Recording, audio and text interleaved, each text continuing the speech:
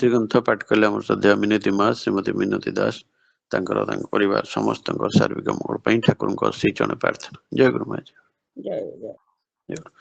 ବର୍ତ୍ତମାନ ସ୍ୱାସ୍ଥ୍ୟ ସଦାଚାର ସୂତ୍ର ଗ୍ରନ୍ଥ ପାଠ କରିବେ ଆମର ସମାନୀୟ ହିମାଂଶୁ ଭାଇ ଶ୍ରୀଯୁକ୍ତ ହିମାଂଶେଖର ଆଚାର୍ଯ୍ୟ। ସ୍ୱାସ୍ଥ୍ୟ ସଦାଚାର ସୂତ୍ର ଗ୍ରନ୍ଥ ପାଠ କରିବେ। ଜୟ ଗୁରୁ। ଶୁଭୁଛି ଦାଦା? ଆଜ୍ଞା ଜୟ ଗୁରୁ ଶୁଭୁଛି। ପରମ ଦୟାଲ ଶ୍ରୀ ଠାକୁରଙ୍କର ଅନୁଗୁଳି ଚନ୍ଦ୍ରଙ୍କର ସ୍ୱାସ୍ଥ୍ୟ ସଦାଚାର ସୂତ୍ର।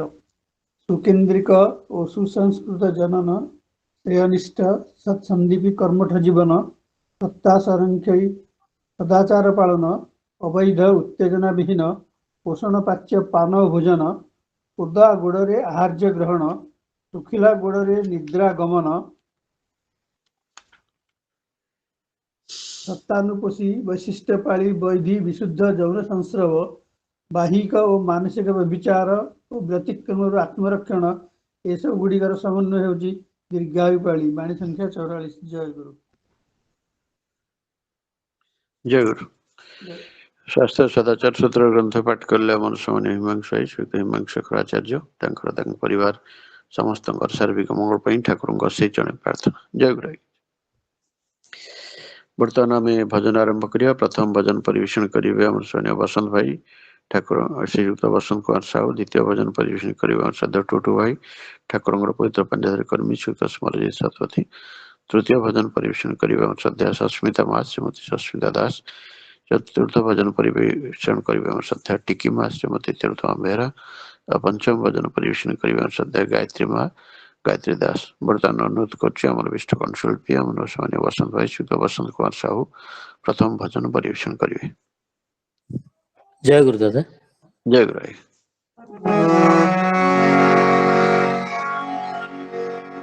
ତୁମ ସ୍ନେହ ତୁମ ଦୟା ତୁମ ସ୍ନେହ ତୁମ ଦୟା ଅନନ୍ତ ସୀମ হে দয়া হে দরদি হে প্রিয় পরম হে দয়াল হে দরদি হে প্রিয় পরম তুম স্নেহ তুম দয়া তুম স্নেহ তুম দয়া অনন্ত সীম হে দয়া হে দরদি হে প্রিয় পরম হে দয়াল হে দরদি হে প্রিয় পরম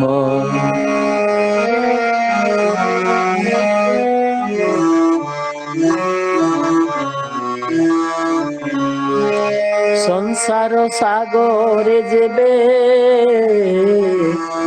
ଯାଉଥିଲି ତୁମେ କା ନାଉରି ଯେ ରଖିଥିଲ ଭିଡ଼ି ସଂସାର ସାଗରେ ଯେବେ ଯାଉଥିଲି ତୁମେ କା ନାଉରି ଯେ ରଖିଥିଲ ଭିଡ଼ି ତୁମ ସଙ୍ଗ ତୁମ ସ୍ପର୍ଶ ତୁମ ସଙ୍ଗ ତୁମ ସ୍ପର୍ଶ ଜୀବନ ନିଦାନ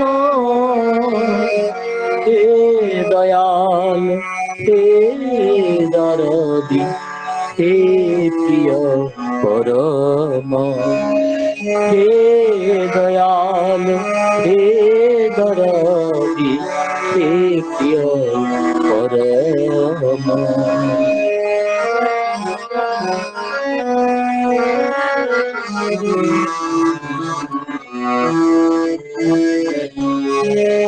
বিন্দুয়ে তো দেই নাহি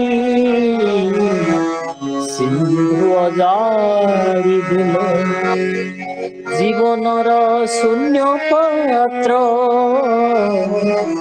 পূর্ণ করিদেল বিন্দুয়ে তো দেই নাহি সিন্ধু অজাড়িদেল জীবনর শূন্য পাত্র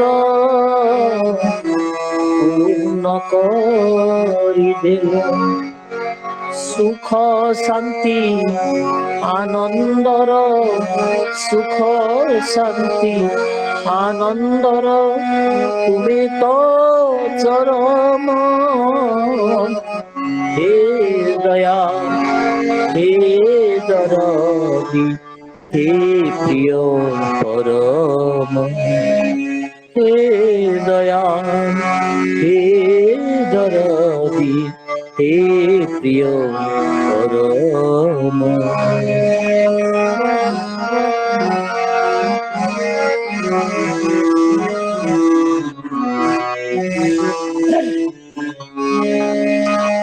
তব দিব্য দর্শনে আখি যাইলা তুমি তম জীবনর মন লাখি সাথী তব দিব্য দর্শনে আখি যাইলা তুমি তম জীবনর মন লাখি সাথী পাইছি রে এ জীবন পাইছি রে এ জীবন হইছি ধন্য হে দয়া হে দরদি হে প্রিয় পরম হে দয়াল হে দরদি হে প্রিয় পরম তুম স্নেহ তুম দয়া তুম স্নেহ তুম দয়া অনন্ত সীম হে দয়া হে দরদি হে প্রিয় পরম হে দয়াল হে দরদি হে প্রিয় পরম হে দয়াল হে দরদি হে প্রিয় পরম জয় গুরু দাদা জয় গুরু। খুব সুন্দর ভাবে আমার অভিষ্ট কণ্ঠশিল্পী আমার স্বর্ণীয় ବସନ୍ତ ଭାଇ ଶ୍ରୀତ ବସନ୍ତ କୁମାର ସାହୁ ଖୁବ ସୁନ୍ଦର ଭାବେ ଭଜନ ପରିବେଷଣ କଲେ। ତାଙ୍କର ତାଙ୍କ ପରିବାର ସମସ୍ତଙ୍କର ସାର୍ବିକ ମଙ୍ଗଳ ପାଇଁ ଠାକୁରଙ୍କ ଅଶେଷ ଜଣେ ପ୍ରାର୍ଥନା। ଜୟ ଗୁରୁ। ଜୟ ଗୁରୁ।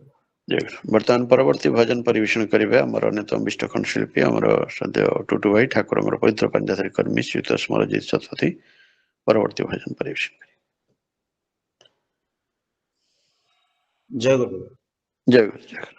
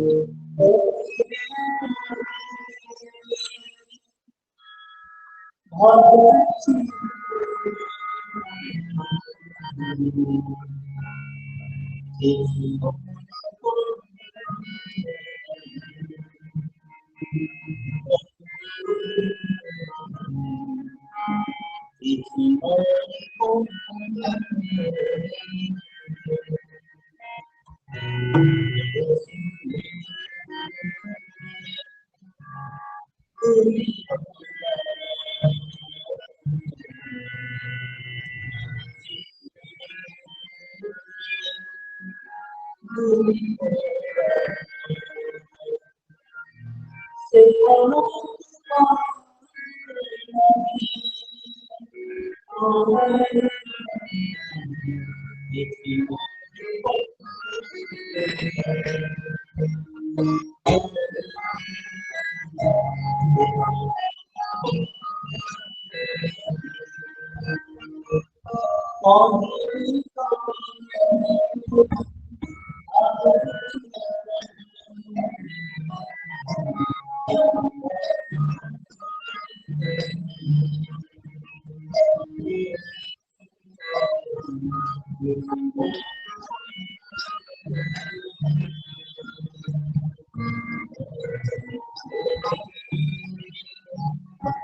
ଭାଇ ଆପଣଙ୍କର ଭଏସ ଟା କ୍ଲିୟର ହଉନି, ଟିକେ ଦେଖନ୍ତୁ ଭଏସ ଟା କାହିଁ କ୍ଲିୟର ହଉନି।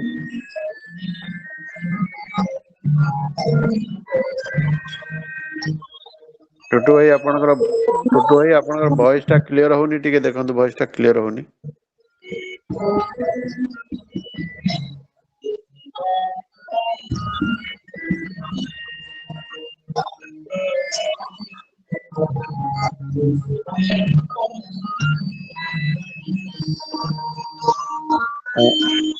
ଟୁଟୁ ଭାଇ ଭଏସ ଟା କିଛି ଆସୁନି, ଭଏସ ଟା କ୍ଲିୟର ହଉନି, ଭଏସ ଟା କିଛି କ୍ଲିୟର ହଉନି।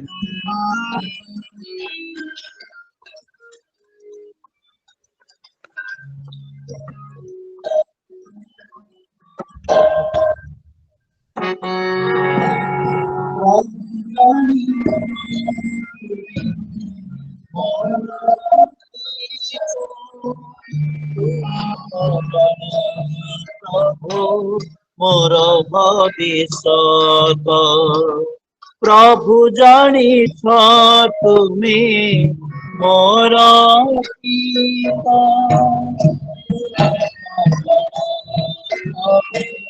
मोर भविष्यत तम चरणरे चित्त मोर तम चरणरे चित्त मोर बंचिछि तुमरि पाई ओ किछि मने पाई प्रभुरे किछि मने पाई कहिबी भाबुछि प्रभु रे किछि मने पाई प्रभु रे किछि मने पाई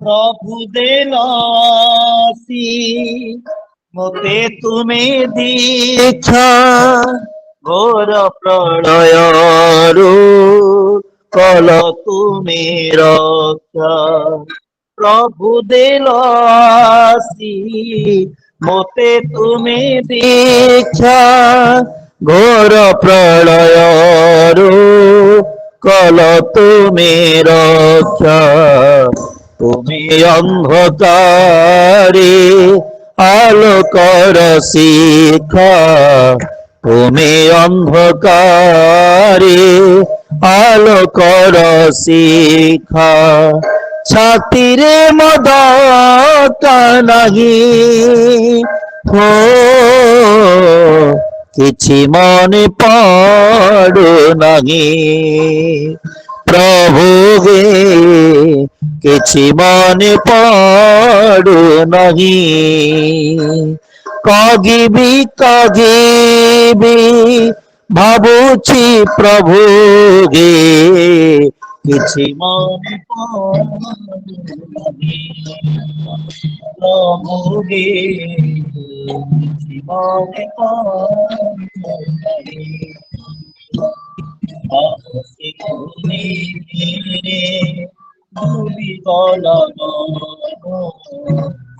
ভব সিন্ধু রে তুমি গগন সে মনକୁ পাহি ও কিছু মনে প্রভু রে କିଛି ମନେ ପଡୁନାହିଁ ପ୍ରଭୁ ରେ କିଛି ମନେ ପଡୁନାହିଁ ପ୍ରଭୁ ରେ କିଛି ମନେ ପଡୁନାହିଁ। ଜୟ ଗୁରୁ। ଜୟ ଗୁରୁ।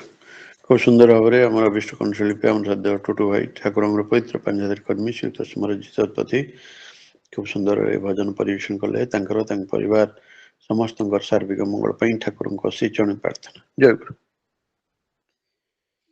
ବର୍ତ୍ତମାନ ପରବର୍ତ୍ତୀ ଭଜନ ପରିବେଷଣ କରିବେ ଆମର ଅନ୍ୟତମ ଇଷ୍ଟ କଣ୍ଠଶିଳ୍ପୀ ଆମ ଶ୍ରଦ୍ଧା ସସ୍ମିତା ମା ଶ୍ରୀମତୀ ସସ୍ମିତା ଦାସ ପରବର୍ତ୍ତୀ ଭଜନ ପରିବେଷଣ କରିବେ। ଦାଦା ଜୟଗୁରୁ। ଜୟ ଗୁରୁ ମା ଜୟ ଗୁରୁ। ଆଜ୍ଞା।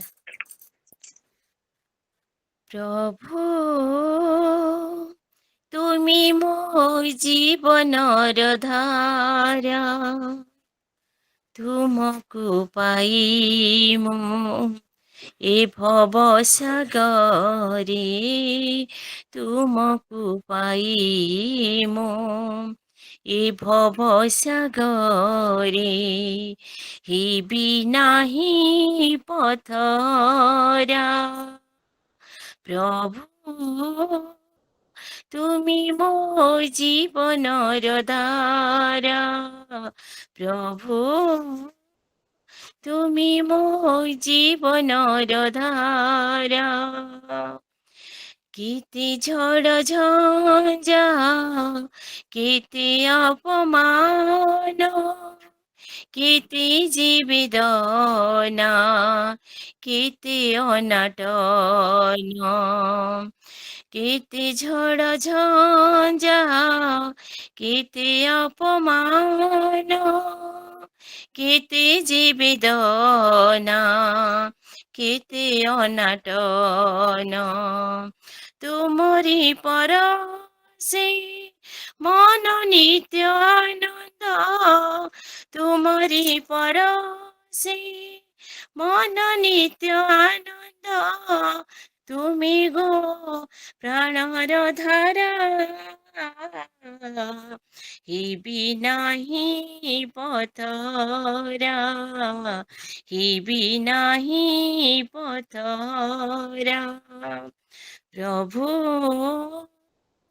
তুমি ମୋ ଜୀବନର ଧାରା, প্রভু তুমি ମୋ ଜୀବନର ধারা।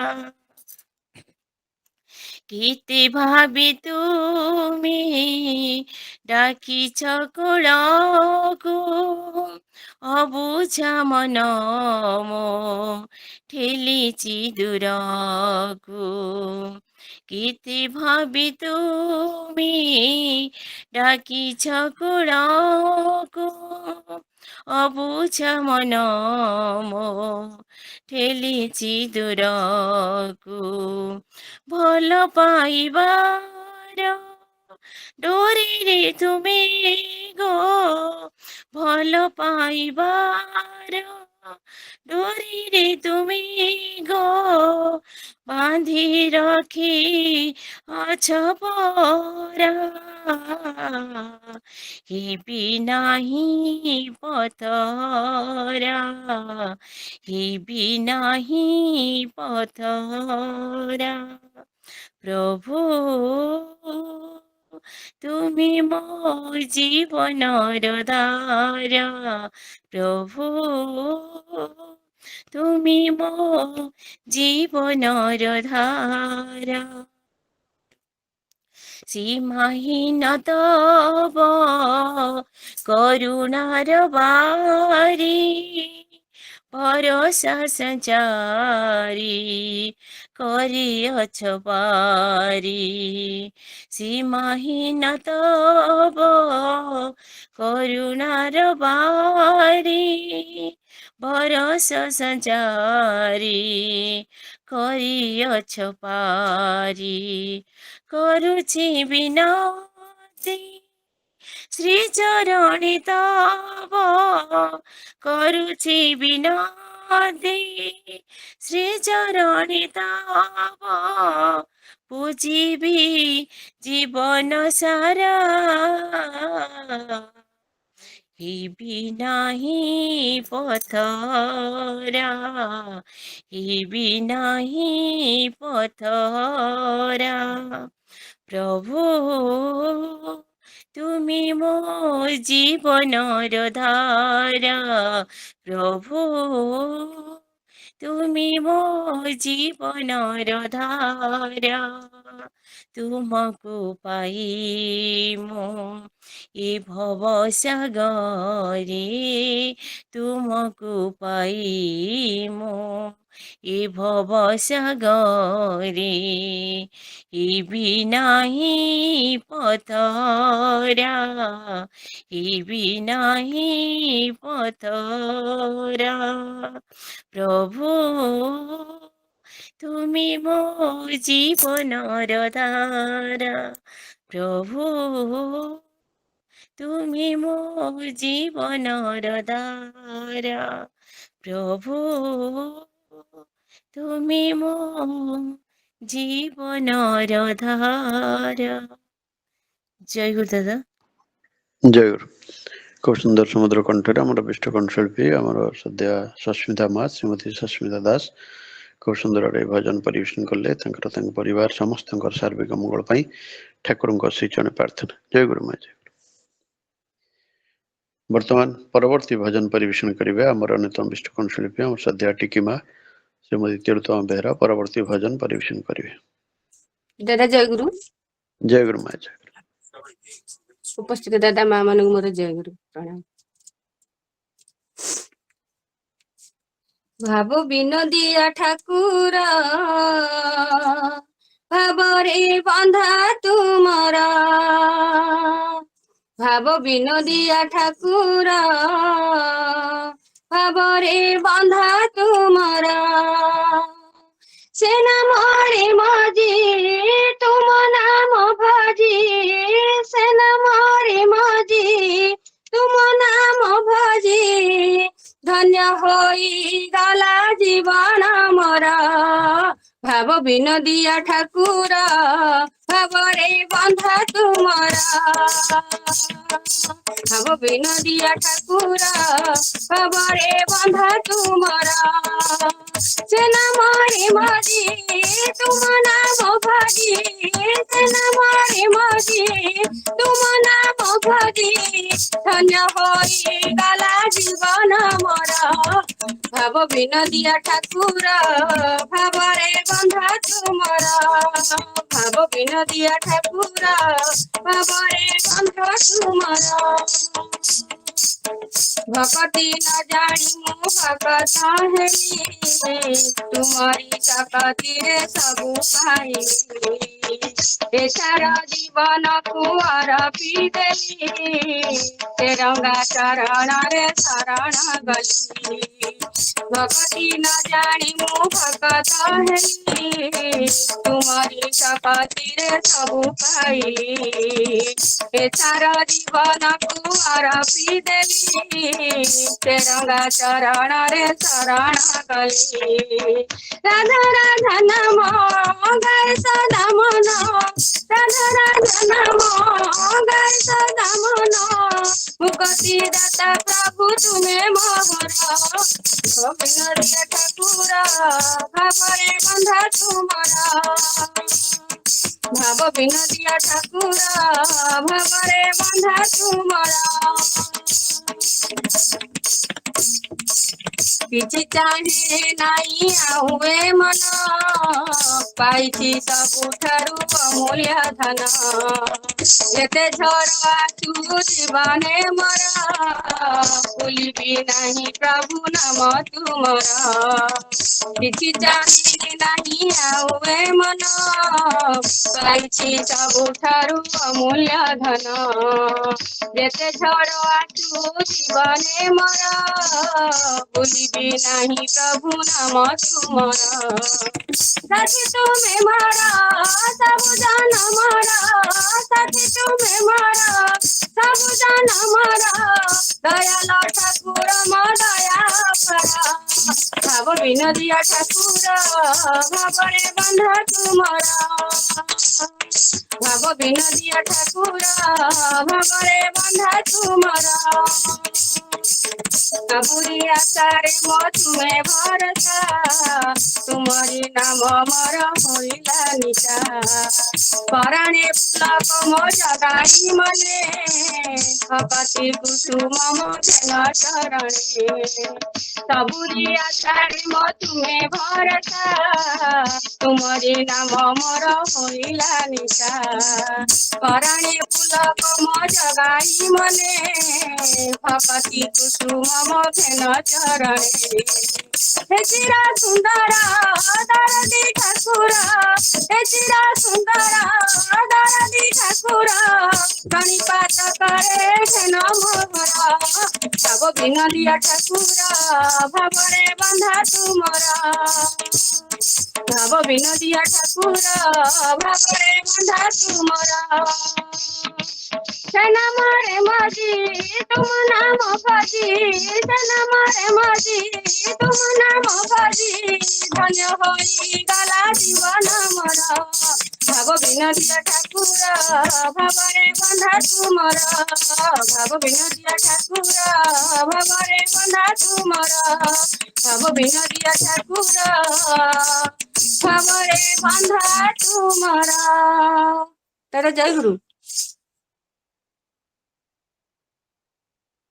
जय गुरु खूब सुंदर समुद्र श्रुत कंठर आम विष्ट कंठशिल्पी आम सद्या टिकिमा श्रीमती तिलोत्तमा बेहरा खूब सुंदर भजन परिवेशन कले टिकिमा परिवार समस्त सार्विक मंगल ठाकुर से चरण प्रार्थना जय गुरु जय गुरु दादा जय गुरु वर्तमान परवर्ती भजन परिवेशन करेंगे आमर अन्यतम विष्ट कंठशिल्पी आम सद्या गायत्री माँ गायत्री दास परवर्ती भजन परिवेशन कर जय गुरु दादा जय गुरु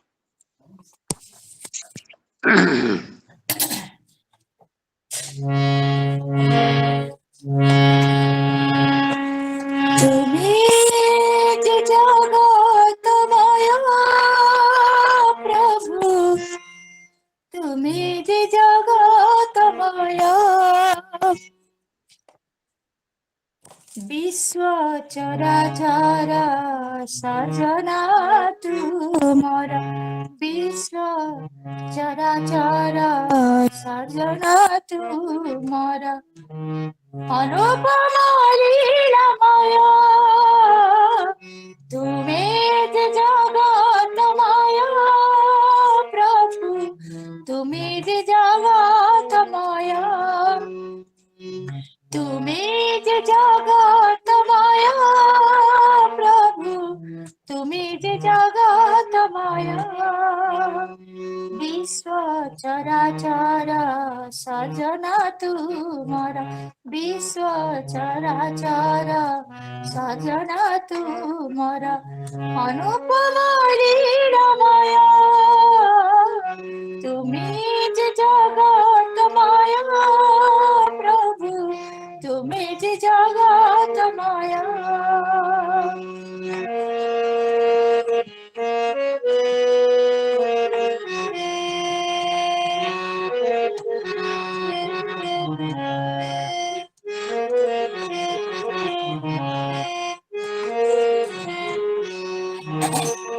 রূপে রূপে তব অরূপ চেতনা প্রেম বাঘন মানসিত নিমা রূপে রূপে তব অরূপ চেতনা প্রেম বাঘন মানসিত নিমা রূপ বিরহ लभिबु तुमारी रूप बिना काहू लभिबु तुमारी दुर्लभ ज्योतिर्मय तुम्हें जे जगतमय प्रभु तुम्हें जे जगतमय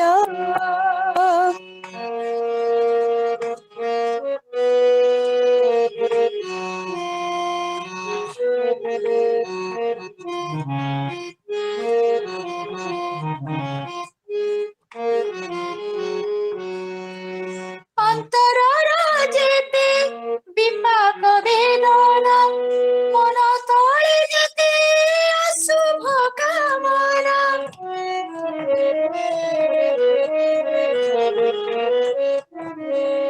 अंतर राजेते विपाक वेदना मन तले जेते अशुभ कामना तव पूर्ण नाम स्मरणे मनने तव पुण्य नाम स्मरणे मनने ए जीवन बरा भय तुम्हें जे जगतमय प्रभु तुम्हें जे जगतमय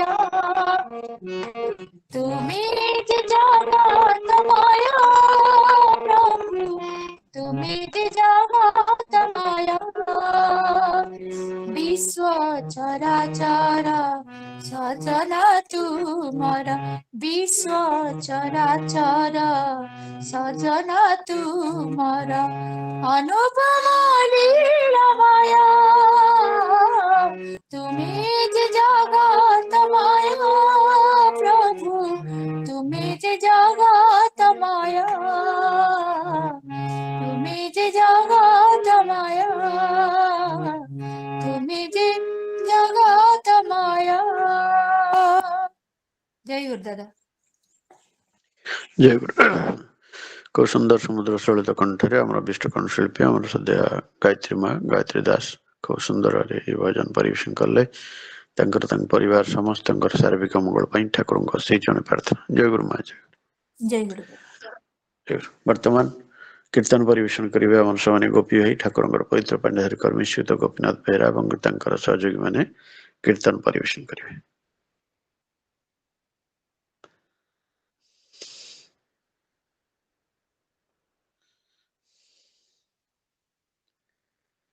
अनुरोध कर बर्तमान कीर्तन परिवेशन करेंगे आम सहयोगी गोपी भाई ठाकुर पवित्र पांडेधारी कर्मी श्रीयुत गोपीनाथ बेहरा और सहयोगी मैंने कीर्तन परिवेशन करेंगे।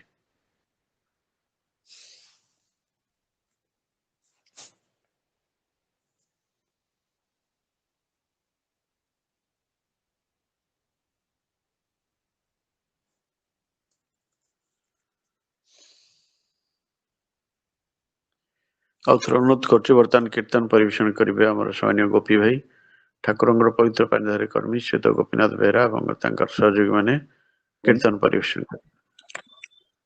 जय गुरु जय गुरु जय गुरु जय गुरु और पाउच तो हाँ देवे शुभुची हाँ शुभुच आज्ञा शुभुच आज्ञा आज्ञा आज्ञा बंदी पुरुषोत्तम बंदी पुरुषोत्तम शून्य पात्र पूर्ण कल धन हेला जीवन शून्य पात्र पूर्ण कल धन्य हेला जीवन আজি शून्य पात्र पूर्ण कल धन हेला जीवन शून्य पात्र पूर्ण कल धन्य हेला जीवन विश्वादिनी सनु है विश्वादिनी सनु है विश्वादिनी सनु है विश्वादिनी सनु है लालुआ संगन विश्वादिनी सनु है विश्वादिनी सनु है बेलानुआ সন্ধান পূর্ণ কল ধন্য হেলা জীবন পুণ্য পাত্র পূর্ণ কল ধন্য হেলা জীবন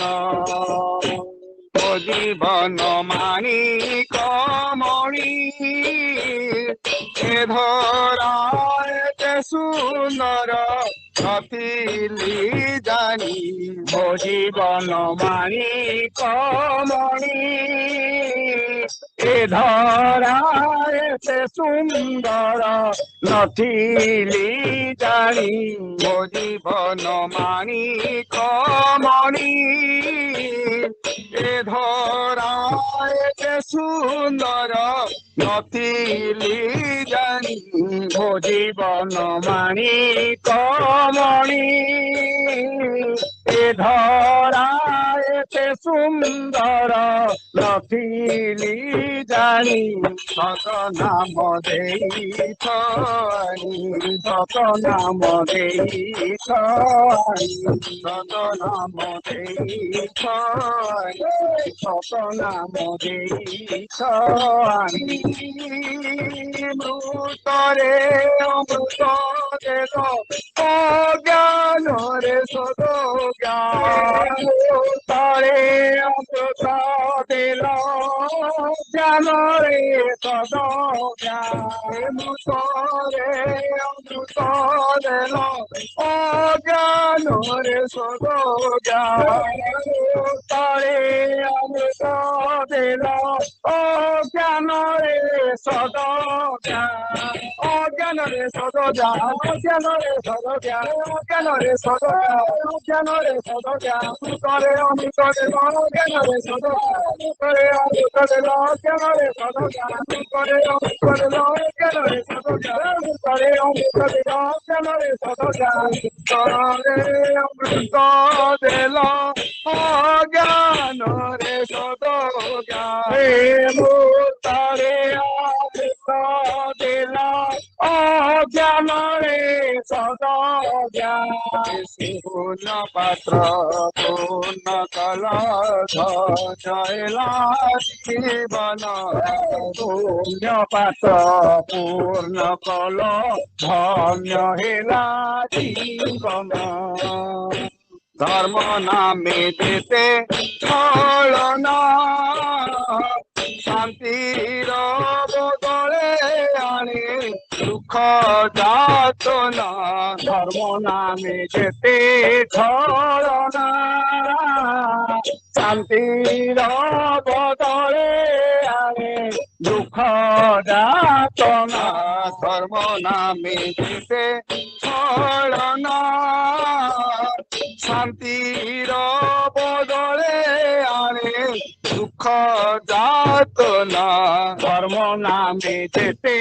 ছলনা শান্তির বদলে আনে দুঃখ যাতনা যথা খালি পদ বন্দনা যথা খালি পদ বন্দনা যথা খালি পদ বন্দনা যথা খালি পদ বন্দনা চরণ হরা চরণ পূজা বন্ধ পূজা কার চরণ পূজা বন্ধা পূজা কার চরণ হরা চরণ পূজা বন্ধা পূজা কার চরণ পূজা বন্ধা পূজা কার সন্ধ্যা পূজা কার সন্ধ্যা পূজা কার সন্ধ্যা পূজা কার সন্ধ্যা পূজা কার চরণ পূজা বন্ধা পূজা কার পূজা বন্ধা পূজা কার চরণ পূজা বন্ধা পূজা কার পূজা বন্ধা পূজা কার পূজা বন্ধা পূজা পূজা বন্ধা পূজা কার চরণ হরা চরণ পূজা বন্ধা পূজাকার চরণ চরণ পূজা বন্ধা পূজাকার শূন্য পাত্র পূর্ণ কল ধন্য হেলা জীবন পূর্ণ পাত্র পূর্ণ কল ধন্য হেলা জীবন ধন্য আদি জগত জন তৃতীয়র্ঘ নেল শ্রী মধুসূদন ধন্য আদি জগত জন তৃতীয়র্ঘ নেল শ্রী মধুসূদন ধন্য আদি জগত জন তৃতীয়র্ঘ নেল শ্রী মধুসূদন ধন্য আদি জগত জন তৃতীয়র্ঘ নেল শ্রী মধুসূদন ইষ্টভূতি করি গ্রহণ ইষ্টভূতি করি গ্রহণ ইষ্টভূতি করি গ্রহণ ইষ্টভূতি করি গ্রহণ হরিষ জীবনে যাহা জানে খালি মন প্রাণ হরিষ জীবনে যাহা জানে খালি মন প্রাণ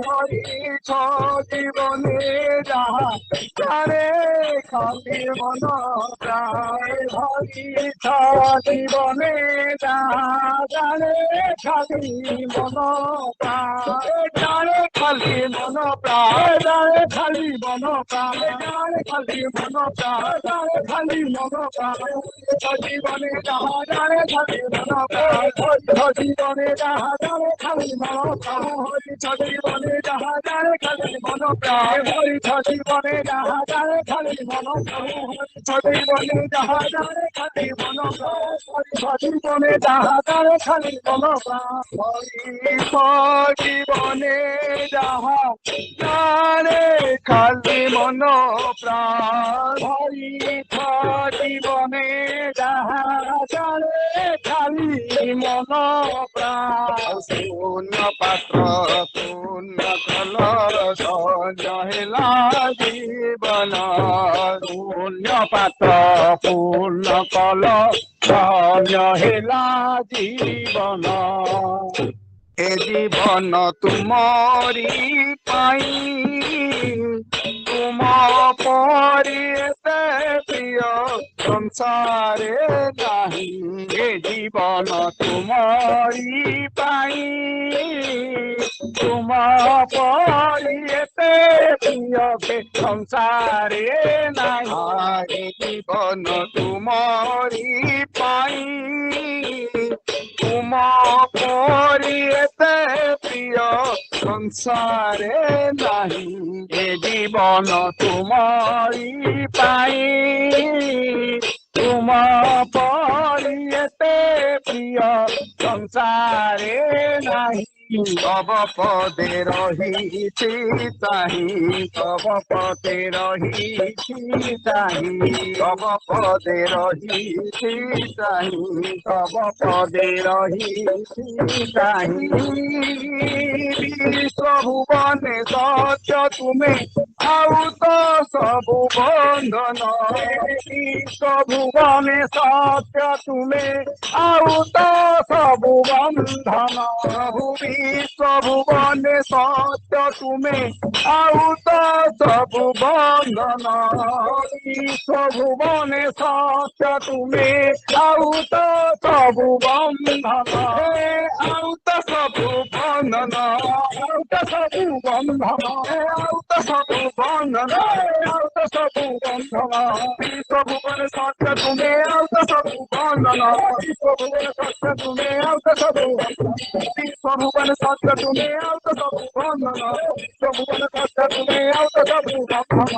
ବିଶ୍ୱଭୁବନେ ସତ୍ୟ ତୁମେ ଆଉ ତ ସବୁ ବନ୍ଧନ ବିଶ୍ୱଭୁବନେ ସତ୍ୟ ତୁମେ ଆଉ ତ ସବୁ ବନ୍ଧନ ବିଶ୍ୱଭୁବନେ ସତ୍ୟ ତୁମେ ଆଉ ତ ସବୁ ବନ୍ଧନ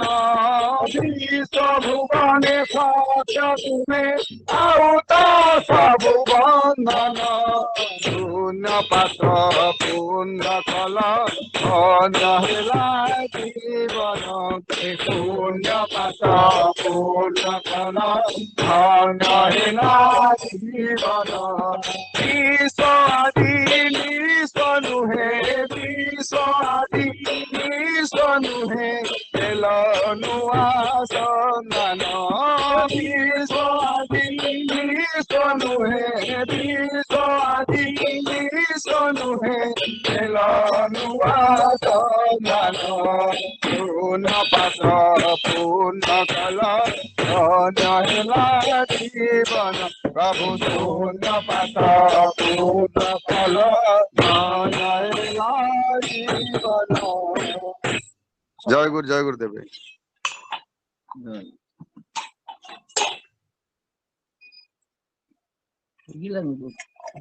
जय गुरु। खूब सुंदर भाव में आमर समन्वय गोपी भाई ठाकुर पवित्र पांडाधारी कर्मी तो गोपीनाथ बेहरा और सहयोगी देव भाई देवेन्द्रनाथ साहू अलेख भाई अलेख साहू अलेख चंद्र साहू नीलमणि भाई और पति नना अंशुमान पति नना समस्ते मिलित भाव कीर्तन परिवेशन कले गोपी भाई परिवार और समस्त परिवार देव भाई अलेख भाई अंशुमान भाई नीलमणि भाई जो मैंने अच्छा समस्त परिवार सार्विक मंगल ठाकुर श्री चरण प्रार्थना। जय गुरु। जय गुरु देव भाई नेटवर्क ठीक पाउथला तो सुबुथला। हाँ आज पूरा ठीक अच्छे। जय गुरु मु ठाकुर प्रार्थना करछि हमर चांदल सत्संग केंद्र अनुकूल जो आवाज सत्संग प्रतिदिन चालुची शुभ आशीर्वाद प्रभु दया आम पूर्ण लाभ करछु तार पछपटे पूज्य रीतिक देवता देव भाई अछंती से आउरी सपरिवार ठाकुर नहीं आउरी ठाकुर पूजा फुले उठंतु एई भली साधना तांगर जारी रहू ताहा ही प्रभु प्रार्थना करछि। जय गुरु।